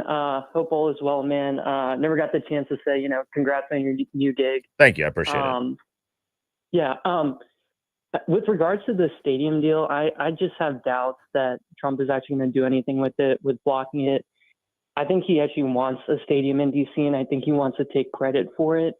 I think it's no coincidence that they had the NFL draft in DC announcement from the White House because he also wants credit for that. So I just personally feel that he's not going to go through all the trouble of blocking the stadium deal. But what I will say with regards to, possibly changing the name back, if you had asked me before yesterday, there's any chance of the name coming back, I would have said no. But after yesterday, it still might be a low chance, but I feel like it's a legitimate thing now just because Trump is such a wild card. And I think Trump has laid the groundwork, to make this his next big culture war issue. And I think he views it as a winning issue, something that his base would love, something that's probably popular with a lot of the country, and something people view as being a common sense type of thing. So I'm not sure he's just going to forget about this and let it go. This was the top news story of the day yesterday. It gained a lot of traction. So I'm not sure if I have a feeling this might be a recurring thing in the news. And then if he doesn't get what he wants with this, he can totally antagonize the NFL about it. He can start calling them the woke NFL. I think he feels like right now he has the power to get what he wants with these type of demands. I mean, we've seen what he's gotten from, CBS and elite law firms and elite universities. I just don't put it past him to, keep pursuing this and ultimately getting something like the NFL to kowtow to him on this. So I just wouldn't put the name change thing at zero because of this. It would be fascinating. I mean, I appreciate the call. It was a good one. It would be fascinating just as an observer to see what would happen when the president of the United States, should he attempt to go to war with the NFL, because the NFL is very much king in this country. It has literally taken Sunday from God in most households across the country. I don't know that he would win that one. Eric Flack was with us and said that Trump really loves the relationships that he has in the NFL. There's a lot of owners in the NFL that helped fund the Trump campaign. I don't know that he would legitimately go to war with the NFL over a team name if it means losing out on some of those relationships and potentially losing out on that money. I do think, at least in Washington, D.C., if the team name comes back or if it's changed to something that we like more, if the logo is changed to something that we like more, there will be a nice financial boost to the league. But they are going to run, if they do get to the process where this becomes an actual thing that Roger Goodell is looking at from his desk or that chair that he sat in that one time in the NFL draft, if this does get to the desk of Roger Goodell, they are going to run actual numbers and get in conversations with sponsors and television deals to see if this would actually benefit them. The reason I say that is because the NFL is about money first. It is about money first. And if they get to a point where changing the name and reverting it back to Redskins is enough of a financial boost that will not shy the advertisers away, then I do think they will do it. It's just more of a question of, will they do that? Will the advertisers be on board? Will Nike, your Amazons, Foxes, CBSs, ESPNs, all of the companies that the NFL is in bed with, are they going to be aligned and say that we are okay with this? Because as a couple of you have mentioned, and that I have mentioned throughout the course, it was the advertisers that put the most pressure on the team actually changing its name. It's about money first. It's about billionaires being billionaires, and they are not going to lose money over this just because it appeases some of us. I do want to point out, so I am on an email list for NFL public relations. I do not know, admittedly, if this was always going to be the case, but the NFL did just send out a mass email to those of us that are on the PR list about bringing the Commanders home to DC, support the new stadium at RFK. You can pledge your support. It's like this email about like Miro Bowser and things of that nature. I just happened to find that to be funny timing. Phone calls, phone lines are open, 301-230-0980. I'm looking at the YouTube chat as well. Sir Highness, I see you, my friend. Don't look too much into I wasn't meant to be blasphemous, I promise. Don't look too much into that. Let's go to Chris in Annapolis. Chris, what's going on? Hey, Dan, thanks for having my call. The last caller said like 80% of what I want to say, but I want to just go a little farther on it. So this is chess, and I'm going to tell you why. Donald Trump's an 80-20 guy. Like if he they call it 80-20 issues. And if he finds an issue that he can beat to death and make the other side look dumb, he'll do it. And whether what you like of him or not, it doesn't even matter. He's not actually going to drop this. And when you say it's about money, ask Colin Kaepernick in the NFL how taking a knee did for their bottom line. Like Trump will seriously love this. He wants this. He wants to stand up and compare himself to people who are taking away a team name based on some percent of people that are offended and blah, blah, blah. He wants that. Like, I actually think the council should vote like today, because I think the NFL is not happy, because I don't think Nike's happy. I don't think Bud Light's happy, because it loses them money. Because people, I mean, I have family members who stopped watching the NFL because of the Colin Kaepernick thing. And yeah, but that's such a, hold on, Chris, hold on. Before you mentioned the bottom line impact with the Colin Kaepernick thing, that was such a small minority, because the NFL is now significantly richer now than it was then. But it's kind of like the stock market. Yes, it took a dip though. I mean, and to say that they didn't lose money in the short run there would be, I think, honestly, I just think you'd be wrong because I don't. I'll tell you this: the NFL doesn't want a battle with Donald Trump. Donald Trump doesn't mind one with the NFL. Then line it up. If you want to see those two go to battle, line it up, and let's see who ends up coming ahead of that one. You know, that's a private entity that is one of the biggest entities in this country. If they want to go to battle, let's line it up. Like I don't think that Roger Goodell is afraid of that, and I think there are going to be some people that might turn on a guy they gave a lot of money to. So if they want to go to battle, like go to battle, and if we get our team name back in the process of that, sweet. But I think that is it's much more it'll be much more negative than it will be positive. It's the Kevin Sheehan Show with Dente sitting in for Kevin here. We got a phone line open for you at 301-230-0980, 301-230-0980. Let's go to Lee in North Carolina. Lee, what's going on? Yes, good day. This guy was banned from NFL years ago. He tried to purchase a team. NFL blackballed him, didn't want him in the league now. So he is trying to take advantage of something. He's trying to swindle Josh Harris. I hope Harris doesn't get his money. The name doesn't bother me. It's July the 21st. We need to go and sign Terry and get in training camp and focus on getting to the Super Bowl this year and get this distraction behind us. And we can be called a football team, the winners, the commanders, what do you want to call them. I've been a fan of 60 years. I travel with the team all around the country for years. I go to every game. And I've been in the seats in and out. I'm a fan true and true. So if you want to call yourself a true fan, be with the team to thick and thin.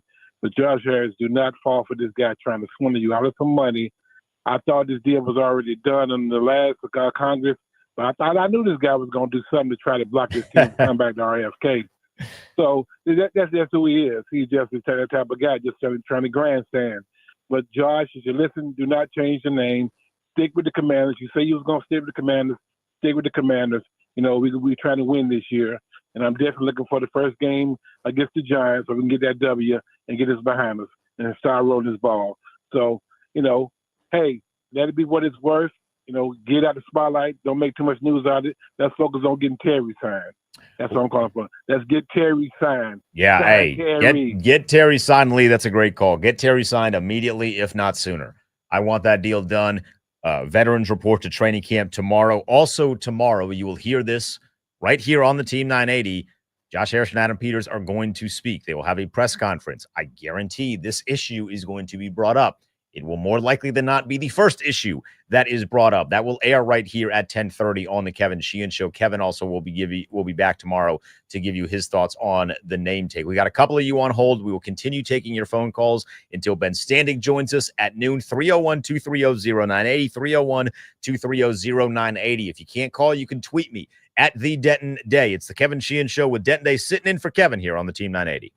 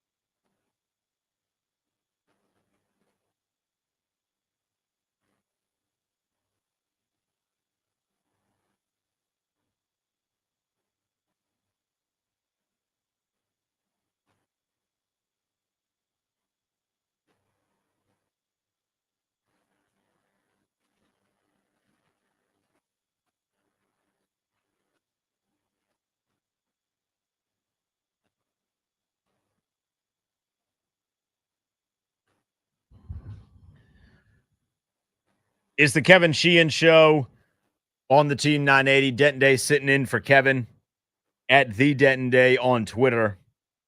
We do have a poll question up on the Team 980 at the Team 980. Should the Commanders change their name back to the Redskins? Unsurprisingly, yes is the winner at about just a hair under 60%. No at 40%. We're taking your phone calls at 301-230-0980, 301-230-0980. This will be the last segment of calls on this. We got Ben Standig at 12. We're going to talk Terry's contract after that. We'll talk real football to close the show. So get your calls in now if you have some thoughts on them. We will go to Robert in Annapolis. Robert, you're on the Kevin Sheehan Show. What's going on, my friend? Hey, Denton. It's good to talk to you again. My only comment is this actually could be a problem for those whose priority is to get that new stadium down there where RFK was. They're already dealing with the local government and how slowly that can move. You don't want to get the federal government involved in this. So I just don't think it's good news. I know those who want the name back are always looking for some optimism, reason to have some optimism. I don't really have any opinion on the name itself, but if you want that stadium to get going, even if they made a decision today, you're still years off from actually attending a football game there. So, hey, if I may close out with this, you mentioned this list with Frankie Louvu. Did you see the list, ESPN? I saw it last night. They actually ranked the rosters of all 32 teams. Did you see that? I did see that, and we will get to that after Ben Standig. Okay, So okay. you're giving me a nice long tease there, Robert. All right. Well, you guys, you ranked higher than I thought you might. I'm not saying you shouldn't rank there, but you're still a little bit behind my team. You know what I'm saying? But let me get off of here. Let me get off of here before my man comes on and tells me to shut up. All right. Bye-bye. All right. See you, Robert. That is Robert in Annapolis calling us in there. 301-230-0980, 301-230-0980. I agree with him in that I want as little members of the government involved on this conversation as possible, although just in my daily life, I want as little government involvement as humanly possible for all decisions. Let's go to Josh. He's in Columbia. Josh, what's going on? Hey, thank you for taking my call. I appreciate it. Of course. So I just want to start. I just want to start off by saying, I know some people are quick to say to keep politics out of sports, but I feel like this story is a perfect example on how politics are literally intertwined with every part of our daily lives, like it or not. Let's be honest here. Trump is using politics to stay relevant with his political base, right? For him, it's like bad news or good news. It doesn't matter to Trump. Only thing he cares about is his name being on the headline. So I just want to provide a little political context. Recently, Pete Hegseth, his Secretary of Defense, under the Trump administration, made it such a big deal to change the name of military bases back to previous names like Fort Bragg to honor the Confederate legacy, right? I see parallels within the same context. Trump is using his incendiary, controversial racial tensions to make his name be the headline to appease his political base. At the end of the day, it's all a big distraction. And I feel like, within this greater context of, the racism aspect and stuff like that, I feel like people are missing the bigger point. You know what I mean? Within the Native American community, the legacy has been under the colonialism aspect of America, right? So, and those factors of colonialism are still being affected today. I mean, there's still so many issues within the Native American community, and I feel like everyone kind of just shrugs under the rug, sweeps under the rug, when real help is needed, right? So I feel like this issue is very complex. It's a very large. A lot of people need to understand the true history of American legacy, and what Trump is doing right now is just not okay, in my personal opinion. Thank you for your time. Josh, I appreciate it. That was a good call. There was a lot there that I don't care to touch on, but I get the overall gist. It is impossible, especially when politicians have to be the ones that are signing off on things like stadium deals. It is impossible to keep politics fully out of sports. It's just not going to happen. Let's go to King George, Virginia. Ron is in King George. Ron, what's going on? Hey, how you doing, buddy? I'm doing good. I'm really glad you're all talking about this. Jason Buck is an American Indian, and he's the one that pushes this. That he wants the name back. He played on the Redskins Super Bowl team. Right. But two more quick points. I live real close to the Pocahontas tribe, the Pocahontas, and I had the honor to meet the current princess of the tribe, which is direct bloodline to Pocahontas, and she told me that her whole tribe is not watching football anymore. It makes them sick that they changed the name. My last point is, if they're not going to change it back to the Redskins, take the Cowboys out of the NFC East. They're not on the East Coast. Put Tampa Bay in or the Carolina Panthers. That's what used to make it fun. The Cowboys against the Indians, American Redskins. And it made it funnest for me as a kid. I've been a fan since 1958. So that's my point. I want the name back. Ron, I appreciate it. I think the fun in the old Redskins-Cowboys rivalry was less about the mascots and more about just beating the Cowboys when those teams were beating the Cowboys. I think you could have made that any mascot you wanted. It was very simple, and it's something that has not been particularly relevant recently. At least in my lifetime, it was that our team really didn't like that team, and then our team would beat that team, and the shaking of RFK. That is the thing that I am, or one of the many things that I am upset that I never got to fully experience.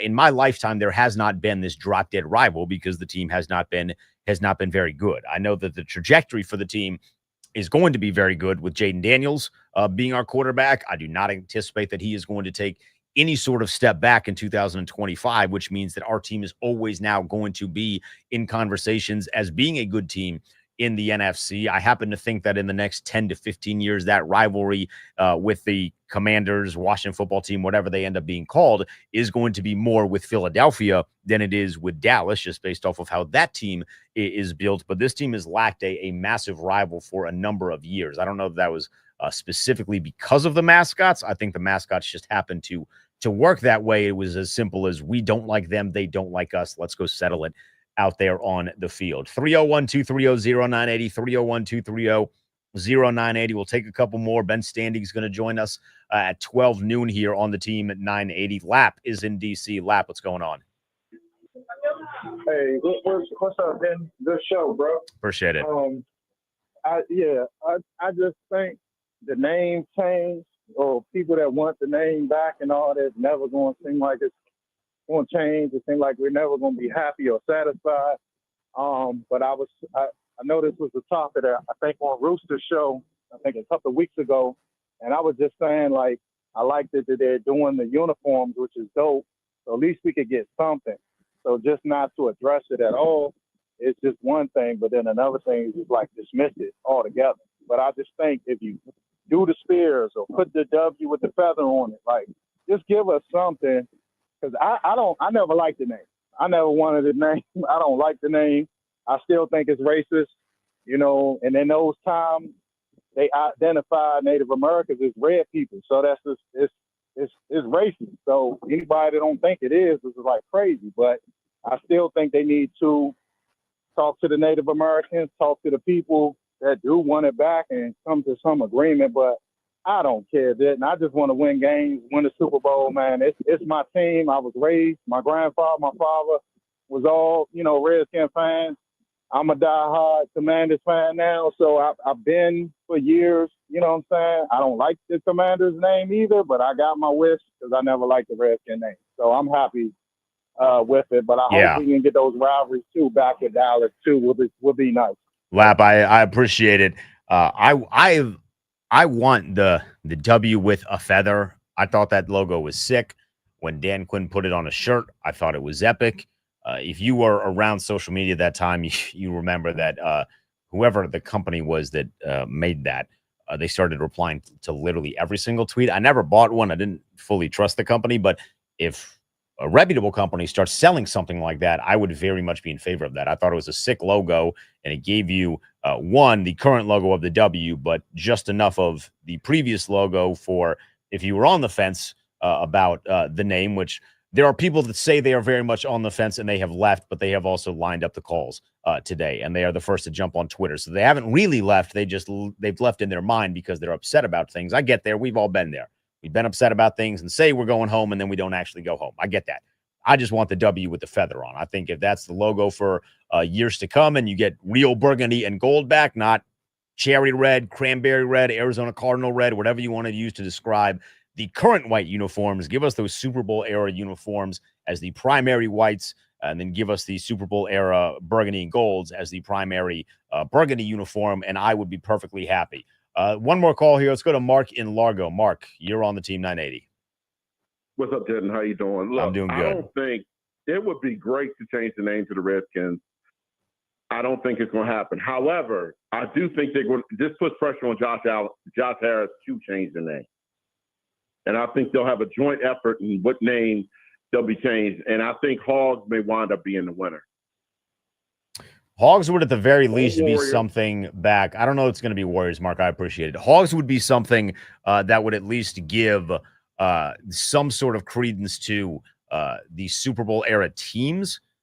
But I don't know that I would be fully in favor of that as like the full name. I think that's great as like a unit, but I don't know that I'd be in favor of that with the full name. My fear is that, and I've said this, my fear was that Josh Harris had a plan, and that plan has now been slightly undercut because the commander-in-chief wanted to be a little reckless on social media. That was my fear, because Josh Harris to me is meticulous.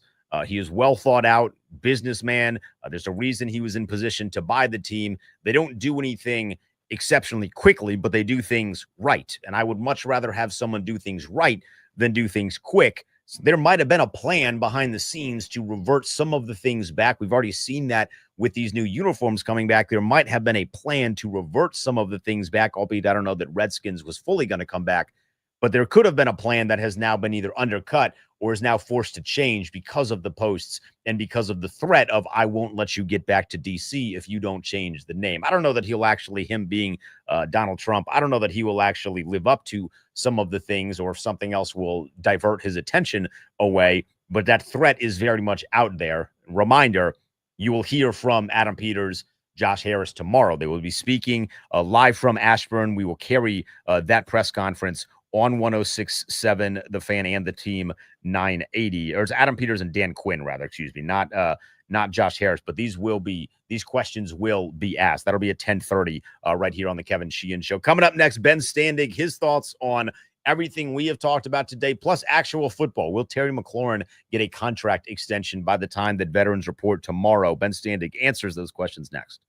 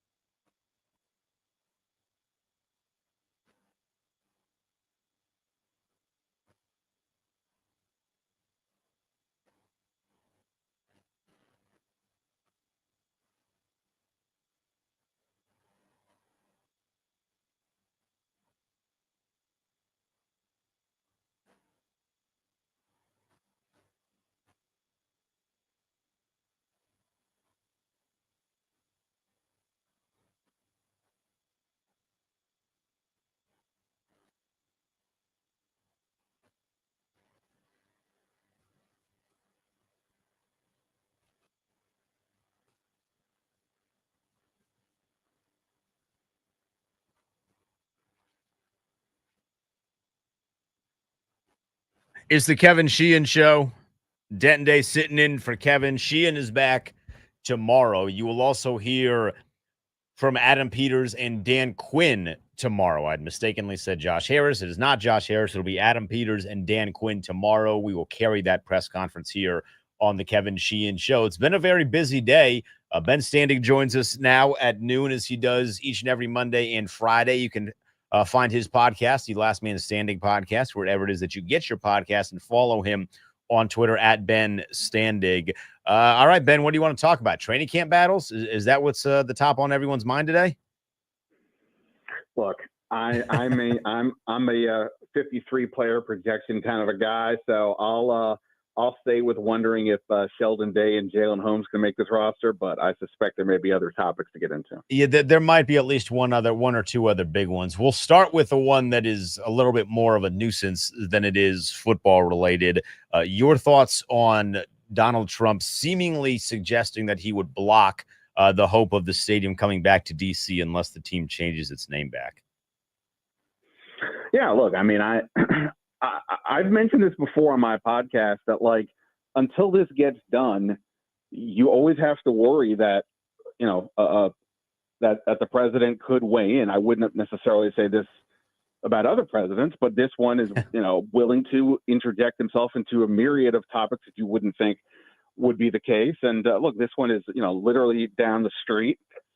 He was asked, he's been asked about the team name several times. He actually gave a pretty benign answer, I thought, like a week or so ago when he was asked about it. And he was like, I might have kept it, but, I get it. And, if I can help, let me know.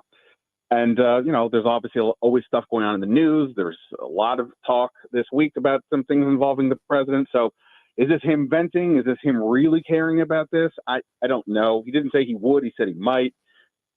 But it's the president. He has, he can cause problems. He can scuttle this whole thing with an executive order or, lean on others. So it's something to consider. Now, that said, just based on my own kind of thinking and some, talking to some people and just getting quick sense, I don't really think this is that big of a deal. I think it all, it's still, I think, just a matter of, the DC City Council passing a budget here at some point and moving on. But yeah, I mean, this is when the president speaks, you have to listen.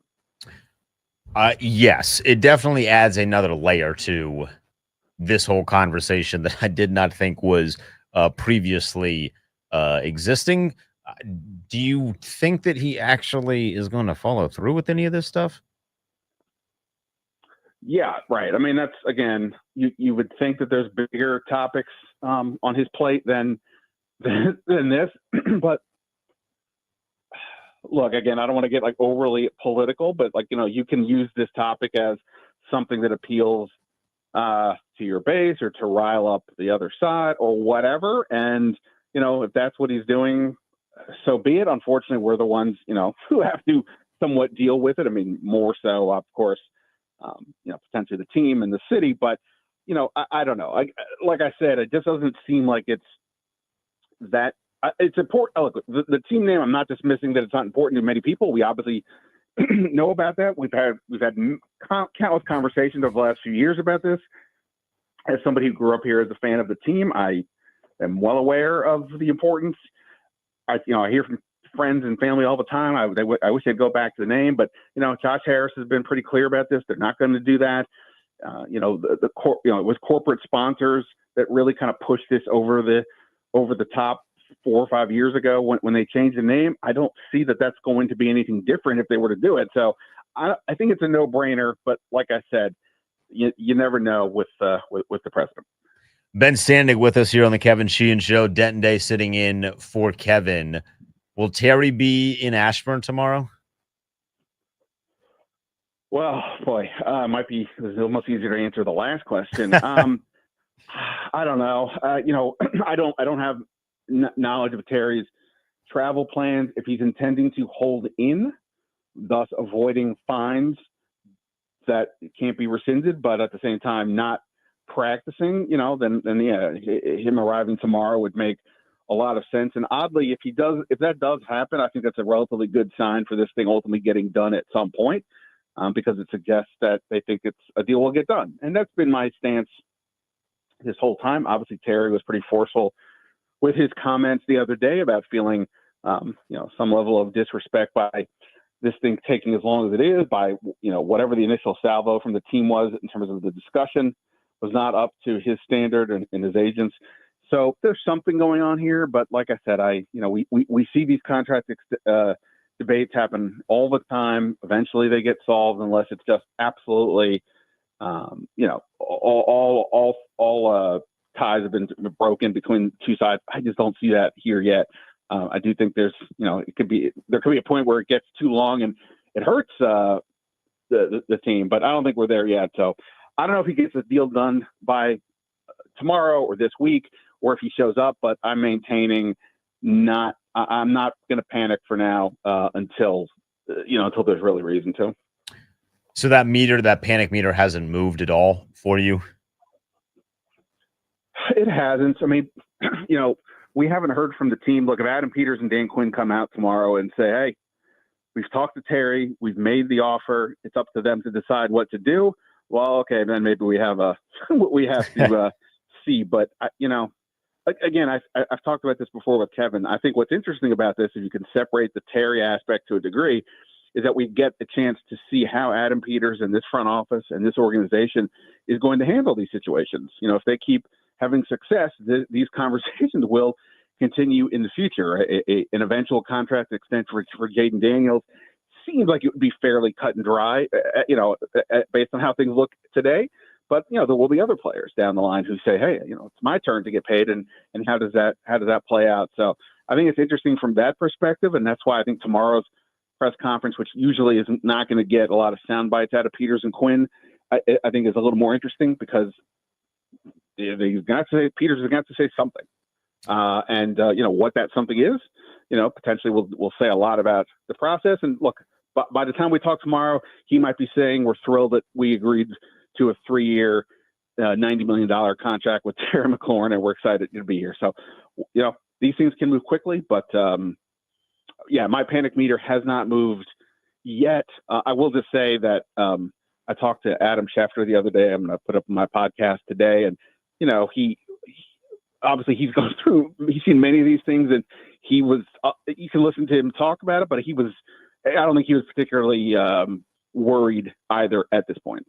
It doesn't feel like there's been a whole lot of worry. I haven't seen anyone reputable suggest that there should be cause of concern of this not getting done.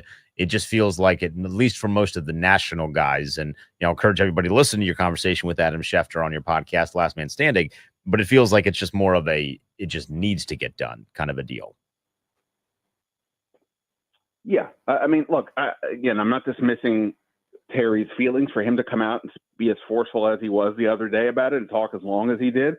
It says something. He had something on his mind. A lot of players would just let their agents do their thing and stay out of it, but he felt compelled to speak up, and I think we can all understand why, considering what he has meant to this organization. I think what's so interesting is, in Adam we trust is something I think a lot of Commanders fans have been saying now for a while, and after the last year, good justification.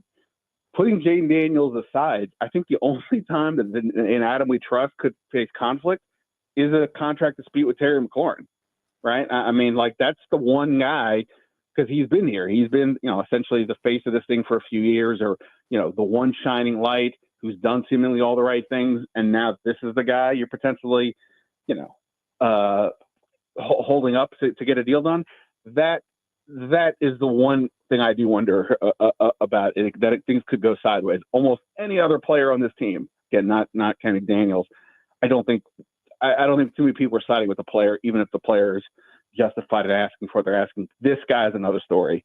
So I think that's why this is going to be interesting to see what happens the next couple of days. So as you mentioned, you are a fiend when it comes to the 53-man projections. So if we put the Terry thing aside, if we put the stadium name situation aside, what's the biggest story that you have your eye on as we approach the opening day of training camp? Yeah, well, look, obviously Von Miller is, he's here. He's going to, he'll be in camp tomorrow, or he might. I think he may be in fact in the building today signing a contract. You might get some news in the next little bit here about that, but not so much that he's going to come in and transform the line, But now it's just another piece. How are they going to play all these guys? You know, we've talked, you know, we all said they've got to get more help on the edge. Cool. But, you know, how does that work with some of the other pieces, the rotation? You know, we talked a lot about is Javon Kinlaw going to be playing some on the edge, you know, especially in obvious run situations. Okay, maybe. But then if that's happening, then what does that mean for the defensive ends? You know, even if Kinlaw in general, if he's playing a lot, what does that mean for Johnny Newton? Or does Johnny Newton come out and look all kinds of dynamic? Because last year he was dealing with the foot surgeries and missed pretty much the whole offseason.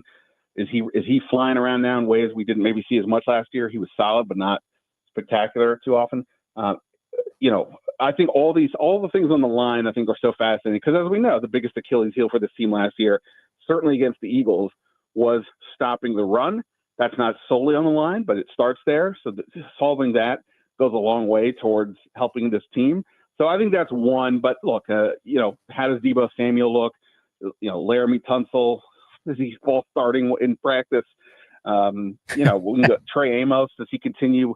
Seem like some good positive momentum over during minicamp and OTAs. Is that, you know, does he lock up a starting spot, or is there some questions there? Josh Connolly, of course, on the line as well. So lots of things to keep an eye on, but I think the defensive line is going to be a really interesting one. Is the expectation, you mentioned Laramie Tunsil, is the expectation going to be that he is all systems go once training camp starts? I know he had the brakes on a little bit during minicamp. I mean, I would think so. Now, as we know, you know, using players in training camp, it's not like the old days. You're not grinding out two-a-days and all that. You know, a guy like Tunsil, who's been there, done that, guy over 30, you know, you do want to be judicious with how often you're using him, but, you know, you got to get used to it. He basically wasn't out there for too much of anything during the off-season program, so he's got to get out there just to be comfortable. And look, if it's, you know, if it's Brandon Coleman at left guard, you know, you got to help this kid get comfortable, the position he's not played before in the pros. And if it's Nick Allegretti, you just got to, you know, build that chemistry up with a new teammate, and not to mention, you know, just Jaden Daniels and everything else. So I would imagine he'll be out there plenty. If he misses time, it's hopefully just because it's like a vet rest thing, you know, the way they would probably do with some other guys versus any real problem. So I don't anticipate any problems, but we'll see how they use them. What is a fair expectation for Brian Robinson as we sit here on July 21st? In terms of like the regular season, or just the regular season, but kind of just throughout this camp process as well. My thought is that he is definitively running back number one, and he will be that. But is there any potential chance that somebody else takes that from him? Yeah, I think the only potential chance, and this is a very odd one, is Ja'Cory Krosky-Merritt, the 7th round pick, the last running back pick in the draft. That is everything I just said does not scream of somebody you should be talking about as RB1, and I'm not truly saying that. But he does bring the sort of one-cut explosive element to the backfield that they otherwise do not have. And Brian Robinson was very effective in short yardage and goal line and all that kind of stuff. But, you know, doesn't give you explosive plays, not much of a factor in the passing game, you know, not the best blocker out there. You're not going to use Austin Eckler more than what you did last year, especially coming off the concussions. Jeremy McNichols was perfectly fine in his role as fill-in stopgap type, but you're not going to expand him. So the only person that I could see getting there would be Krosky-Merritt. I guess you could tell me there's a world where it's Chris Rodriguez, but we've already seen him now a couple of years, so, you know, I can't go there right now. But that would be my only thought, is if the kid looks good off the jump and they just think, hey, he's ready to go, we could, as a running back, that happens sometimes in the NFL, those guys come in and it can go. But other than that, yeah, I think Robinson would be the clear RB1. And now I think it's just a matter of, you know, can they find more ways to integrate him? Can he show that he's developed in some of these other areas where he was deficient previously and do more for this team? That's going to be a question that needs to be resolved. Ben Standig is with us here on the Kevin Sheehan Show, with Dente sitting in for Kevin on the Team 980. Does adding Von Miller allow them to be a little bit more flexible with how they use Frankie Louvu this year? I don't know. I don't know that it changes much. I mean, like, you know, I mean, I think however they want to use Frankie Louvu, they're going to just do that. He's I don't know if he's necessarily a chess piece, but I think he's got to be sort of first and foremost with, okay, what do we want to do with Frankie here, and then let's move people around him. But obviously, if you can get Von Miller, who was one of the more efficient pass rushers in the league last year in terms of sacks per pass rush attempt, if that guy is still going, then that's somebody the defenses are going to have to pay attention to. And if you have Luvu, whether it's on the other end or alongside, that's going to cause defenses to have to think twice. And Dorrance Armstrong, he didn't have sort of a dynamic regular season, but he had 3.5 sacks in the playoffs. And if that version can stick around, now you've got 3 guys teams would have to consider, and that's not even factoring in are we getting 2022 Daron Payne, et cetera. So I think they don't have a totally stud dominant defensive line or front 7 player, but they've got guys who are good, can make plays, and they need more of that, obviously. So I don't know that it changes Luvu's role, but I think it gives them potential to have just more dynamic pieces, on the line going after the quarterback. Ben, I will get you out of here on this. It feels like every year that there is one big name that gets, or maybe a couple of big names that get cut in training camp. I don't know that Washington has had one of those names in quite some time. Do you think that there's anyone who could be a training camp casualty that would shock fans? Well, I mean, last year Jahan Dotson got traded, which I don't think we all saw, say, at this point of the offseason.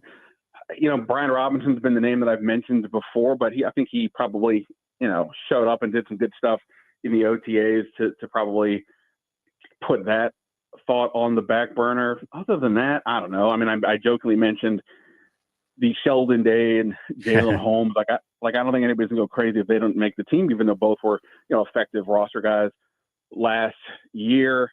Michael Gallup, I don't think he's a lock to make the team, but again, low cost free agent. He's a name people have heard of, but not that big of a deal. So I don't know if there's anybody that I think would be a huge shock, but this is what happens. We get in here, we start to see a few things, and you get a sense from what we can see, what Dan Quinn will say as to maybe there is something to consider. Like the Dotson thing was something I was looking at a few days before the trade happened because of the way it was being discussed, that it seemed like something was going to give. But so no at the moment, which is kind of a bummer because you'd like to have something to sort of wonder about. But everything seems, I feel like I could almost do my 53 right now, and other than maybe guessing like a couple of the backups on the line, I feel like I have a pretty good handle right now. Ben, enjoy tomorrow. I'm sure that press conference is going to be very, very newsworthy. Yeah. I don't know what they'll say, but with some of these topics, even if they don't say much, they will say a lot. That is Ben Standig of the Last Man Standing podcast. You can find him on Twitter at Ben Standig. We mentioned that press conference. Adam Peters and Dan Quinn are going to be live from Ashburn tomorrow at 10:30 a.m. You will hear that right here on the Kevin Sheehan Show. Kevin will be back tomorrow, so he will get you set up for that press availability. I am optimistic that a Terry McLaurin deal could get done between now and then. I will explain that optimism and why it is related to that of Trey Hendrickson. We do that on the other side.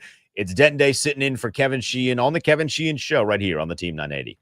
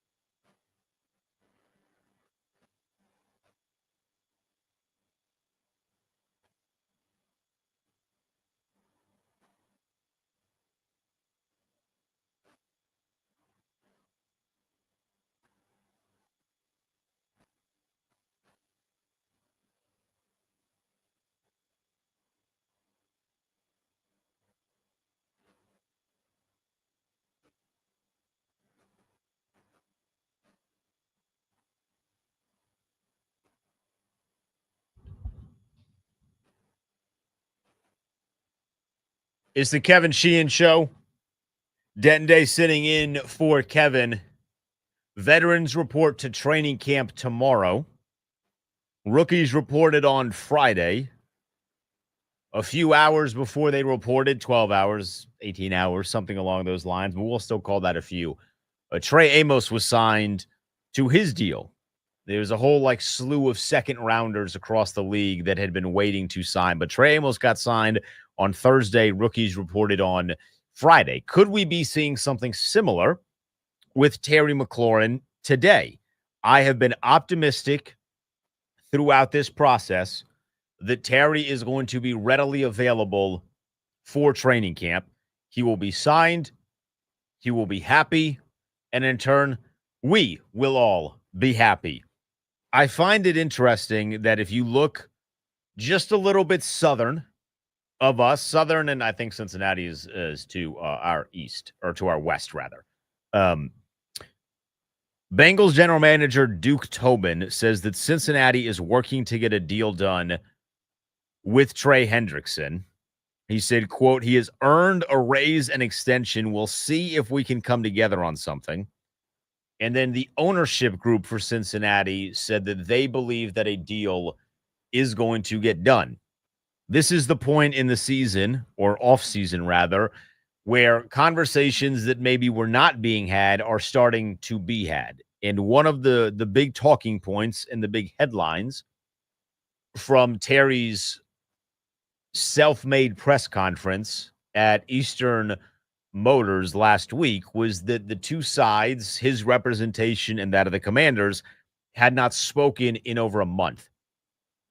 I can read how on paper that would not be great.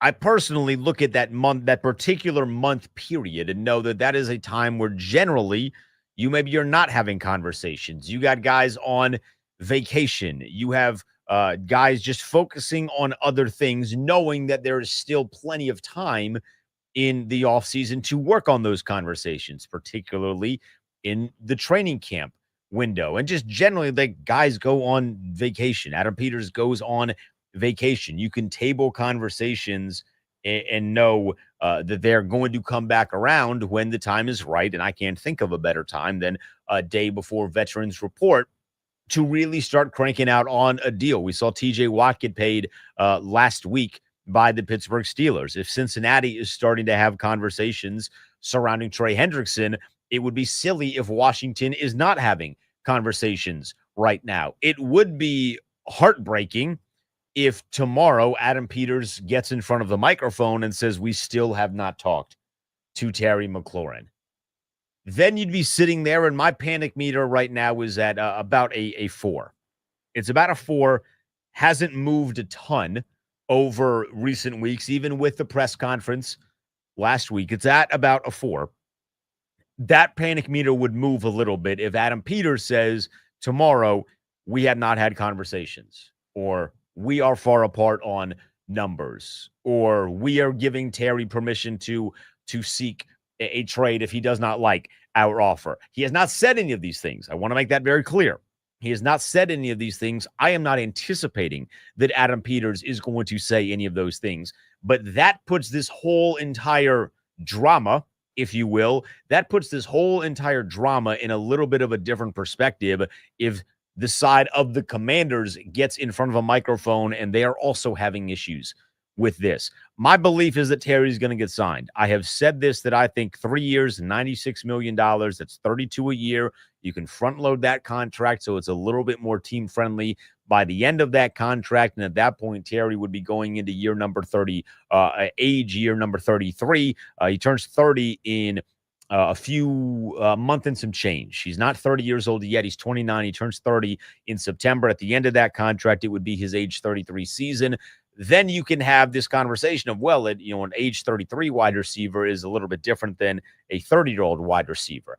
Terry's in such a unique position because no matter what analytic that you bring up from guys that are making the jump from 29 to 30, it's not similar to what Terry is because of the quarterbacks that he has played with before last year and the quarterback he played with last year. Jayden Daniels is leaps and bounds and then more leaps and more bounds and then more leaps and more bounds better than every other quarterback that Terry played with leading up to 2024. And we saw when he had a good quarterback, a great quarterback, a borderline, can I say the elite word? But Jaden's knocking on that door. And when you saw him working with that kind of quarterback, you saw a significant rise in production, particularly in the touchdown market. The yardage was a little bit of the same. I would have liked to see Terry's yardage be up a little bit more. I think if he would have had 1,200 yards or 1,300 yards, this contract extension is probably done earlier than it is, at least as of right now. So I would have liked to see a little bit more production in terms of the yardage, but you saw he was a major focal point of the offense, and he lived up to being a major focal point of the offense. He also made Jaden Daniels' life a lot easier. He was one of the guys that very quickly Jaden realized he can rely on him. And I think a lot of that was because of the game against Cincinnati.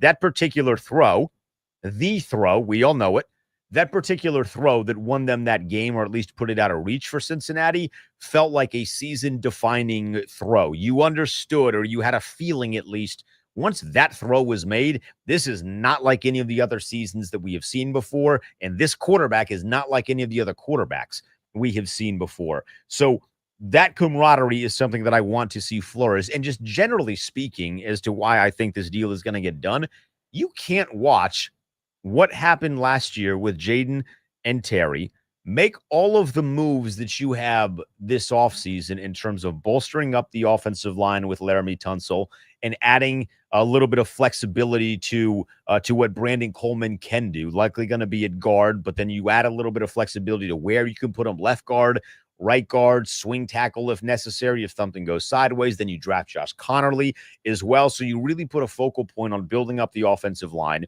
You go out and you trade for a guy like Deebo Samuel and then guarantee his contract for this year because you realize that he is a playmaker that you did not have last year. You don't go out and make all of these moves to bolster up the offense and then let the guy who was wide receiver 1 last year walk for nothing. That's just not going to happen. And you're too late in this process of the offseason to really maximize Terry's value that would then be good for 2025. There's not a lot of player-for-player trades that are available now. As fun as it was to have these conversations about Terry and TJ Watt, that was never going to be in the cards. We obviously never had these conversations about Terry and Trey Hendrickson because Terry is, we realize he is a little bit of a better player to this team now than Trey Hendrickson would be, knowing that Trey Hendrickson is a great pass rusher, but is a little bit lacking on the run defense side of things, which was Washington's big Achilles heel in 2024. So there's no player-for-player trade that is now available, I would say, for Terry McLaurin. You got to get this deal done. You got to figure out the numbers, sit in a room, and don't let the other side leave the room until the deal ends up getting done. I do believe it gets done. I just don't know if it's going to get done tonight. I would love it to get done tonight. I would love it to get done before they get on the practice field. And if it does not get done prior to them getting on the practice field, it would really make me happy if Terry holds in instead of holds out. I don't like the Dallas Cowboys very much. I will be incredibly upfront about that. If you are in the comments right now, you don't like the Dallas Cowboys, other than our guy Brian, who runs the comments here on YouTube. What Micah Parsons is doing with Dallas deserves at least some sort of applause. He's going to get TJ Watt kind of money eventually, although we know that Jerry Jones is very slow when it comes to signing market-breaking extensions. He is going to get TJ Watt money. He is not holding out. He is holding in. I think it's a really good sign when players hold in because it expresses, hey, I still want to be here. I just want to get paid my money. I'm still going to be around the team. I will participate in events like meetings, like hanging out in the locker room, building the camaraderie. I'm just not going to get out on the field until you give me my money. But I will still be around and do all of the things necessary in terms of, did they not know you were a Cowboy fan, Brian? My bad. But I will do all of the things necessary to make sure that I am still walking with the team as they walk, just outside of not being on the field. I believe that Terry deal is absolutely going to get done. It's just a question of when is that going to get done, not if it is going to get done. And it would be perfect. I mean, if I can just play a little bit of fantasy booker here, right? I'm a pro wrestling guy, so I'm going to get in my pro wrestling fantasy booking bag. It would be sensational if Adam Peters gets to the microphone and sits down and breaks the news. hey, we just signed Terry McLaurin. And then you look at the Commander's social media page, and then bang, there's a picture of Terry McLaurin in those Super Bowl alternate jerseys that they are going to be wearing in 2025, the jerseys that we have not seen 17 in because he was not there for media day and picture day. We haven't seen the videos of him by the Metro that we have seen all of those, although that was a backdrop. They were not actually at a Metro station in DC. Sorry to blow their cover there, but we had not seen Terry McLaurin in any of those marketing schemes or marketing plans because he was not there. So it would be perfect if Adam Peters gets up there and says, we signed Terry McLaurin. Here is the extension numbers. And then boom, you look on social media and here is Terry, here is 17 in those uniforms. I think there would be a massive sigh of relief from a lot of the fan base. There would be a massive sigh of relief from some of his teammates, the coaching staff, and then Adam Peters' job would get a lot easier because that's going to be the biggest question that he's going to be asked tomorrow. So if you get that deal done before tomorrow, there's other questions that you will ask. I'm sure they will get asked about the Trump stuff, the team name, the stadium thing, as if Adam Peters and Dan Quinn have any control over either of those two things, which they very much do not. They will get asked about those things, but if you can get the Terry deal done, you're not really going to get peppered with questions as to why it has not gotten done. So that would just be my perfect way of drawing things up. Whether that happens or not, I'm not sure. I can tell you what my least favorite thing would be. My least favorite thing would be if that Terry McLaurin extension breaks at 1:01 p.m. Eastern time. I would hate that. That has happened many a times with lesser stories, but many a times here on the Kevin Sheehan Show, where as soon as we go off air, the news that we are hoping to see or some sort of news ends up breaking. It is the Kevin Sheehan Show with Denton Day sitting in for Kevin.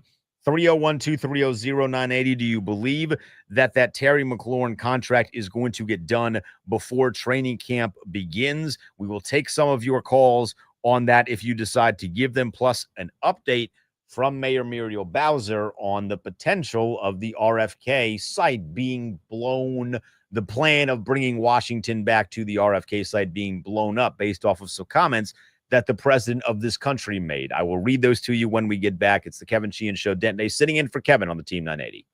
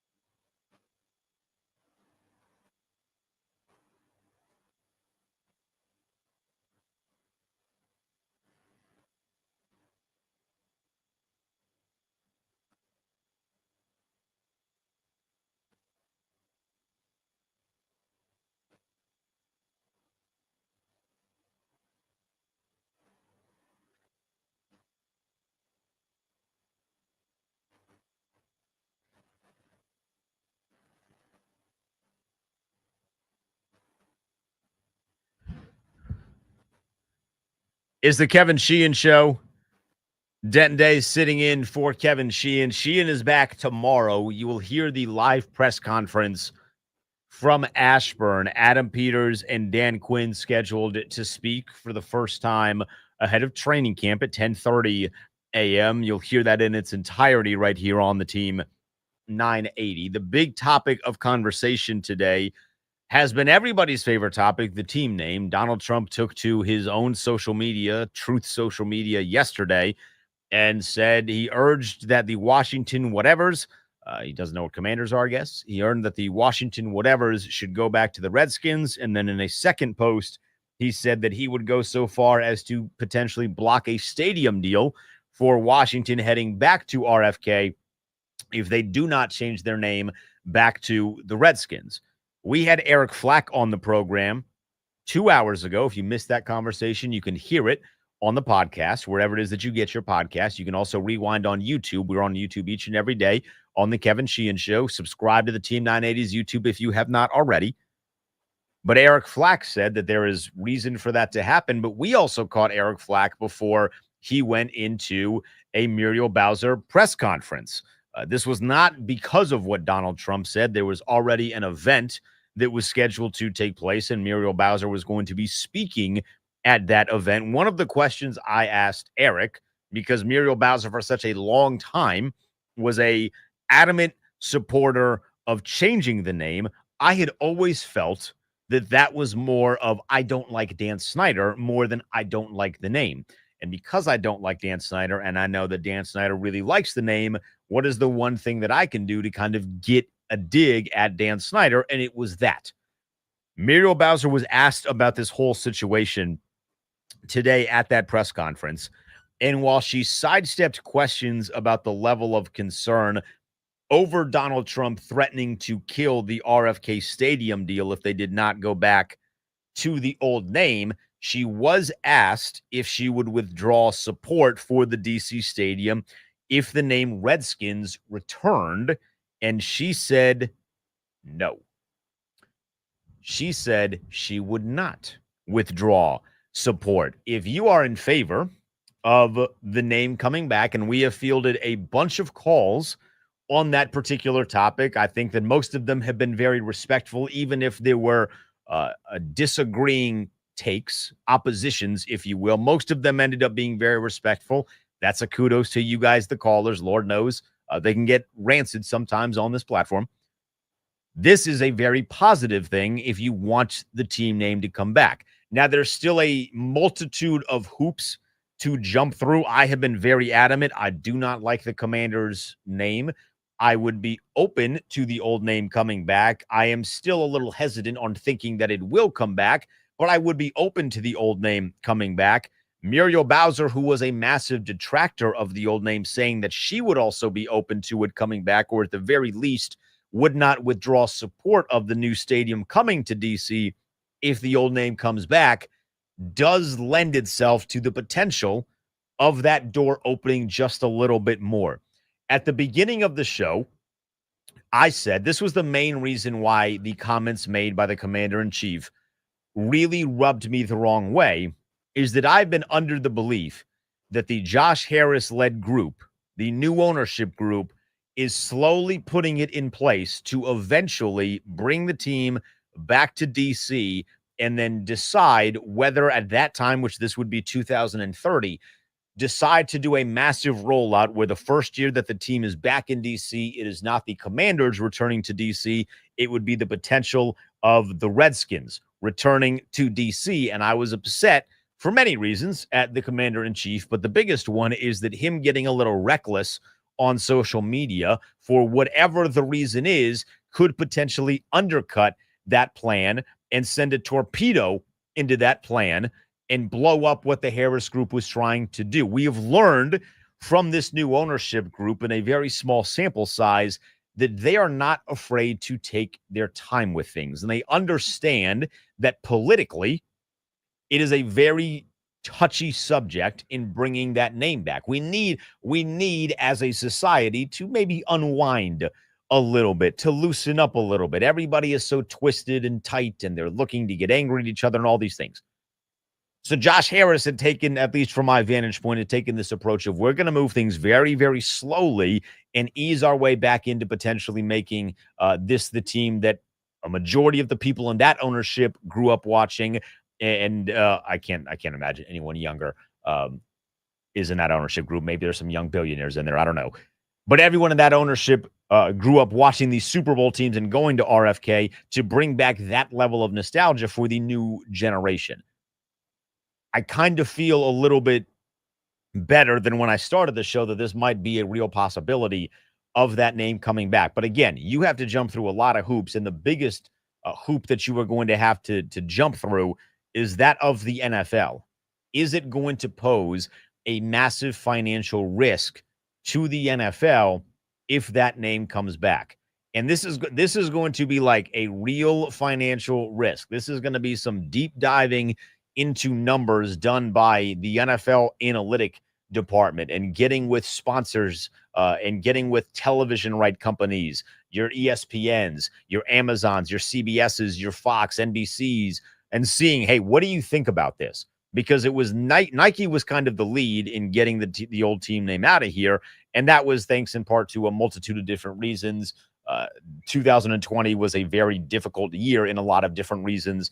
So that was one of the reasons, one of the many that the old team name changed. It was also people undercutting Dan Snyder because Dan Snyder operated like a mob boss, but he was not a mob boss. And I say he was not a mob boss because he thought he was a mob boss, but then made the one cataclysmic mistake that you could make if you were a mob boss, which is have a very big glaring weakness. His glaring weakness was how much he absolutely loved the team name. You exploit that weakness and you send Dan Snyder into a spiral. But it'll now be interesting to see what the NFL does about this, because the NFL very much wants the stadium to come back to RFK, to that RFK site. They want the team that is based in Washington to actually play their games in Washington, not what we do now, which is they work out in Ashburn and then they skip over Washington, D.C. to go play their games in Maryland. They want the team in Washington, especially if the NFL draft is going to come to Washington 2027.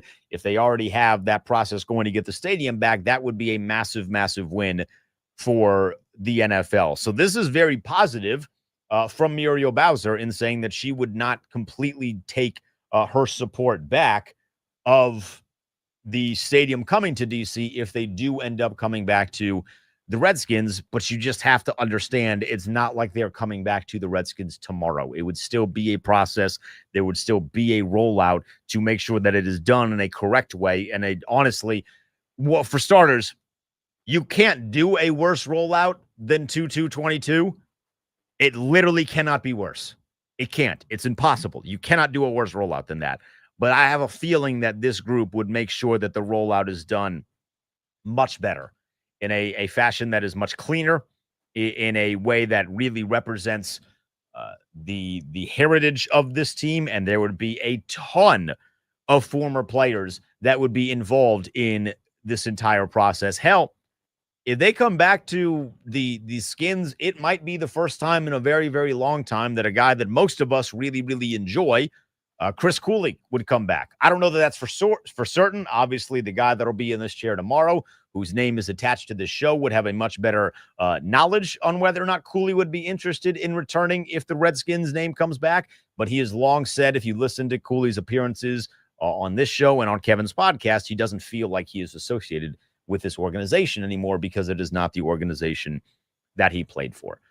All right, you can tweet me any of your thoughts on that particular topic at the Denton Day. Final thing here.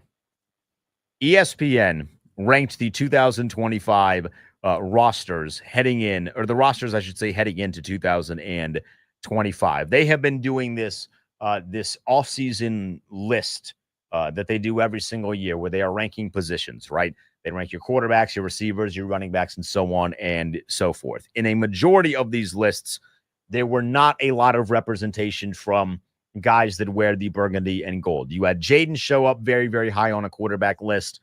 Frankie Louvu showed up on a linebacker list. Bobby Wagner was an honorable mention. Terry was an honorable mention on wide receivers. And you had a few other commanders show up. Laramie Tunsil showed up on the offensive line. Yet a few other Commanders be represented. ESPN, though, ranks Washington's roster at 7. That is significantly higher than what I thought they would be ranked. I didn't know that they were going to be ranked inside of the top 10, but ESPN ranked Washington and the Commanders roster at 7. The biggest strength, as written here by Mike Clay, off-ball linebacker.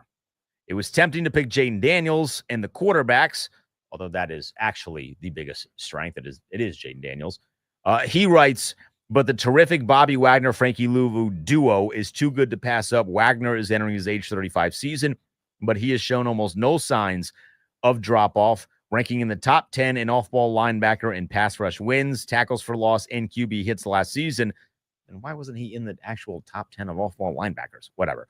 Louvu is the only NFL player with 250-plus tackles and 20-plus sacks over the past 3 seasons. He has 335 tackles and 21 sacks. The duo combined to play in 98.2 of Washington's defensive snaps last season, 98.2%, that is. So that's the biggest strength, according to ESPN, when it comes to this roster. The biggest weakness is safety. I would have thought they went defensive line here, but they say safety. This was a toss-up between edge rusher, but Louvu's pass rush contributions pushed the edge rushing group past safety. The X factor for 2025 is, according to ESPN, Marshawn Lattimore. This is Seth Walder who wrote on that. He says it's Marshawn Lattimore. I think if Marshawn Lattimore gets back to the Marshawn Lattimore that they traded for, I think then you're cooking with gas here on that defensive secondary. I really love what Mikey did. I obviously really am optimistic about what Trey Amos could do if Marshawn Lattimore is back to like a turnover creating machine, and that cornerback that they were hoping they would get when they traded for him. It could be very, very fun. That's going to do it for me. Kevin is back tomorrow. Adam Peters and Dan Quinn are talking at 10:30 a.m. tomorrow. That presser will be heard right here on 106.7 The Fan. Chris Russell takes over on the microphone next. Appreciate everybody who called in today. We had a slew of great guests. You can tweet me at The Denton Day. Chris Russell is next on the Team 980.